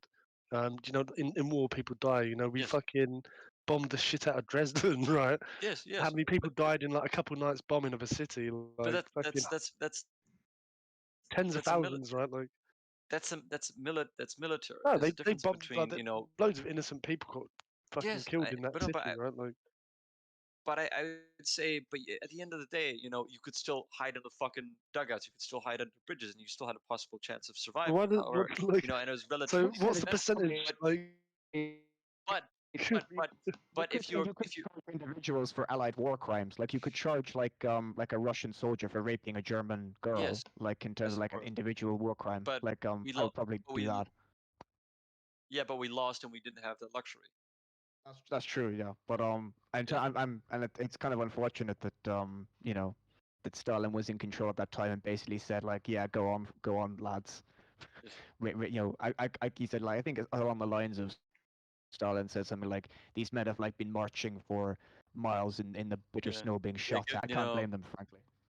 Yeah. the thing is, you accept that you can own losers, right? So okay, As so much as it sucks, yeah, that like is so true. now, That's right. 80 years on, do you not think 70 years on, like we think, hang on, actually there was loads of evil shit on both sides. Maybe we should just stop self-flagellating. Like fucking no one's No, I think asking I the mean Russians to I fucking come and apologize. No one's asking the British I mean, to be fucking. fair, if you think about like a modern warfare, like in like to the Americans' credit, they did actually prosecute one. I think it was one American soldier who raped a Afghan woman in Afghanistan. So I think there is like some kind of like if you're a moral country, then you should have the right to actually prosecute some of your soldiers and who commit war crimes in yeah. specific things like I, that American soldier who raped an Afghan woman or But that that's kind of one thing. out of much more than that happened, right? And they use it as a scapegoat, and it's like, well, actually, no, we're the good guys. We prosecute this one yeah. out of probably hundreds, like Yeah. if not I think thousands. the problem is most of like the war crimes against the Afghan people, they're mostly carried out by like robots, right? By like fighter By drones. Yeah. Timmy, the 19-year-old drone pilot, who's just playing, who's with his Mountain Dew. Yeah. The point that I was trying to also make is that if you want to compare the, yes, admittedly self-flagellating German nature, I would like to ask you to compare it to the nationalist zealotry that you see in America and Russia today. America and Russia are so blinded by nationalism that they're willing to basically punch them consistently, shoot themselves in the foot, consistently screw themselves over, vote politicians who have absolutely no interest with them. I don't care about like Democrat, Republican. I think they're both, vile anti-humanist parties. Same thing with Russia. Putin's a dictator, and you cannot deny that. Um, and I think of course, Germany is not perfect, but if we have to consistently, you know, whip ourselves at the back and say, "Oh, Germany, sorry, please forgive me, mistress." But if I have to sacrifice a bit of my pride to make sure that the German people are, well fed, well clothed, well educated, and doing at least pretty damn good for a first world standard, then that's a sacrifice I'm willing personally to make. How long do you think that's gonna go on for? Like before like that kind of guilt's gonna linger? Is it like the next 50 years or the next 100 years or I'd say like how I'd long say would you? Actually, I'd say about like the next 50. But then people are going to forget it, and then somebody's going to forget why we cherish democracy so much, and then it's going to go all down the tubes again. So yeah, How long until Germany starts invading other countries? I'd say about a century.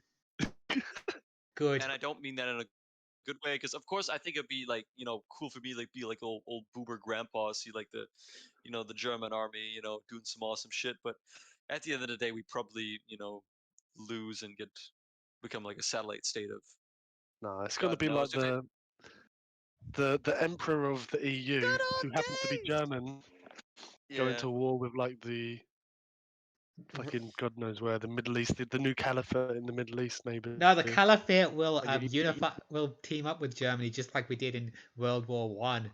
We will take vengeance against Russia and the UK and America who defeated us in the World War One and Two. Wasn't it the second? Didn't they change sides in World War Two though? The Yeah. That doesn't count. Turk. Yeah. Was it the That's Ottomans still what then? I we've been can't talking remember. about this whole time, you daft bastard. Yeah, but World War One. So in World War Yeah, I Two, know. I Turkey personally only find Turkey only declared which side they were on right at the end, so that doesn't count. That's why. And The Jews accuse mean- Palestine of being on the German side, so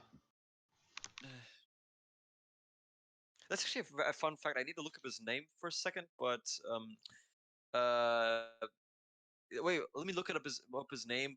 Give me 30 seconds. oh no, wait, I I've can actually got to justify it go now. out, so I'll chat to you guys later. Okay, fine. But I can justify the World War II thing. During World War II, Pakistan and a lot of Islamic countries were colonies of France and the UK. So we'd want to be on the other side coming World War III. Stand with you, comrade. Actually, what's German for I comrade? thought that was Right. interesting though, because in like Myanmar, they were a British colony, and so they joined the side of the Japanese, and then they switched sides because they realized the Japanese were worse. Were like raping everyone. They went, okay, fuck this, and they went on the British side the second time, and That's pretty funny. yeah, and then they gained independence after World War II. I like that story. It was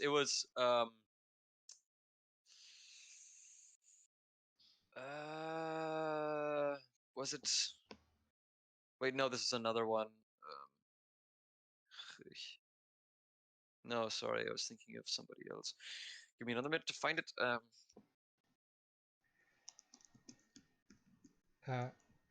So yeah, I just want to remind everyone that racism is bad, and racism is something that people It's should kind of not do. ironic for you saying that. Just some feedback from an Australian listener. Been listening to this a Oh, bit. wait. I'm sorry, I'm going to interrupt you right now. Australian listener, do you know who Friendly Geordies is? I'm just curious because that's the only Australian person of any, repute that I know.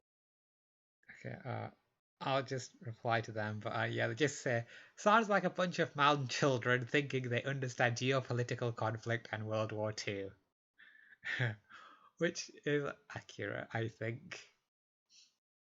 I remember when you went on that Hitler rant. Remember, Germany would be kings Yeah, of the when I world. was, but if I not. would say like, yeah, if Hitler hadn't been around, I do think Germany would be. Maybe I would have to say not kings of the world. That was just me being my caught up in my patriotic fervor. But I do think we'd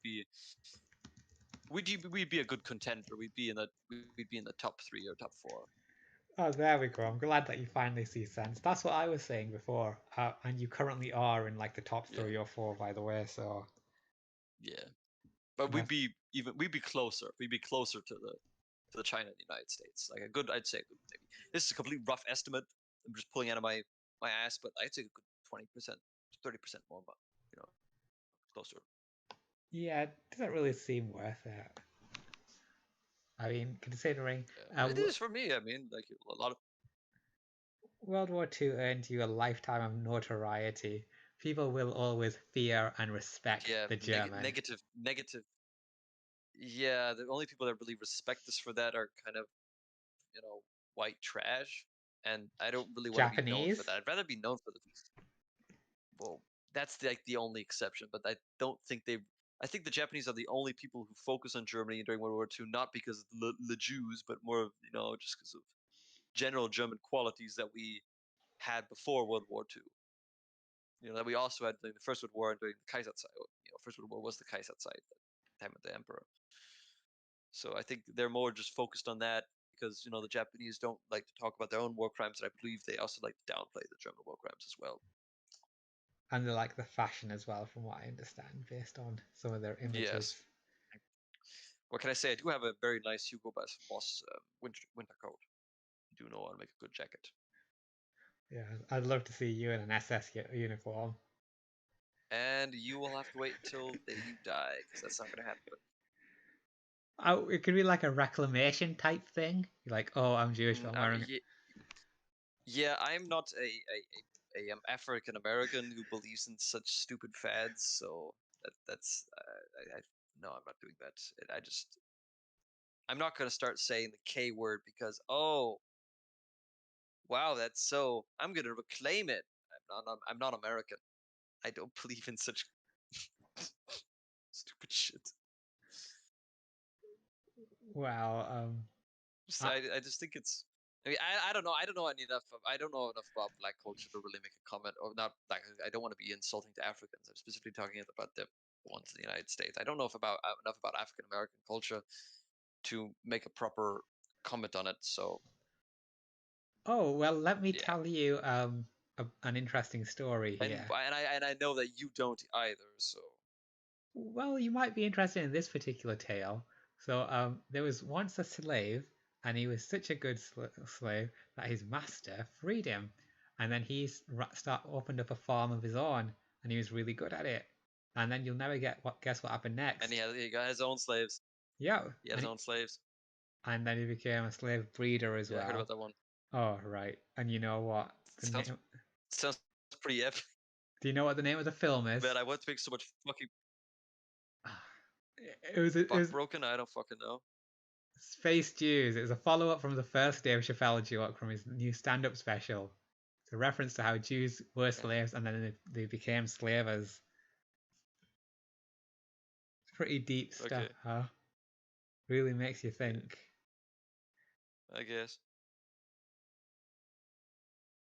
Yeah, I've read about that. I don't think it's really that like it was the Jews who owned the slave ships. Apparently reading into it wasn't like that. It was more like if you wanted to get ships, you had to get loans, and if you were going to take loans and investments, inevitably in Europe at that time you're going to have to take like loans and investments from Jewish people because that was their role in Europe at the time because Yeah. Christians can't lend loans on interest.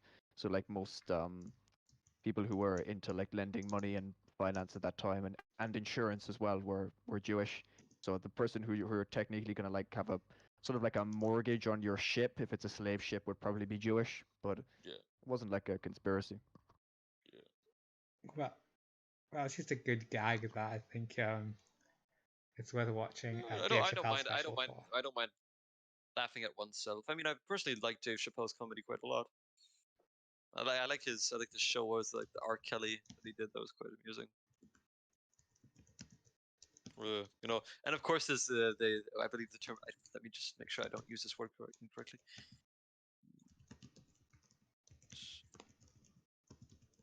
Oh yeah, the ubiquitous gag of fuck your couch, Oh, okay, well, hell of a drug. Yeah, I love that. It's great I'm episode. Rick James, bitch. I'm Rick James, bitch. Yeah. I think it was with Charlie Murphy, but I'm not sure. You're right, yeah. God rest his soul. Charlie Murphy was an amazing comedian as well. I feel like I don't mean to be sound like a hipster, but I feel like Charlie Murphy was a better comedian than Eddie Murphy. He did not get the recognition that he deserved. Oh, I think they've got different voices, and that's quite significant. Charlie Murphy's voice is a bit gruffer. He looks a bit too masculine as well. But he's still funnier, at least in my opinion. But you can't. I don't think he'd be able to do like silly stuff. Well, he does do silly stuff, but Yeah, but I think the reason I don't like Eddie Murphy. I mean, I don't dislike Eddie Murphy. He was really good in Trading Places, but I feel like Eddie Murphy is more, the sanitized, clean, Hollywood hee-haw funny, and Charlie Murphy is more like puts a bit more effort into being unique and really just, I don't want to say provocative without being edgy, I'd say. I wonder if he ever did any stand-up of his own. I'm gonna have to call it a. Checking. I'm gonna have to leave now, lads. I gotta get ready for work. Okay, we'll Yeah. call it a night here then. Yeah, you take. Best of luck, man. Take care. Yeah, and man. Well, Yeah. So. Oh shit! Yeah. Dang, it's so early, man. That's so crazy to be finishing the radio up. I've only had 2 hours of sleep in the last 24 hours. No, it's cool, Moni. No problem. Yeah. I understand. I've been like going for like 5 hours of sleep a night for the past week, so I completely understand you. Yeah. Ideally, we'd be able to do this at like 2 o'clock in the morning. That'd be the perfect time for me. But maybe in time we could maybe I'll. Not really sure what'll happen with work, but maybe something will sort itself out. But yeah. Yeah.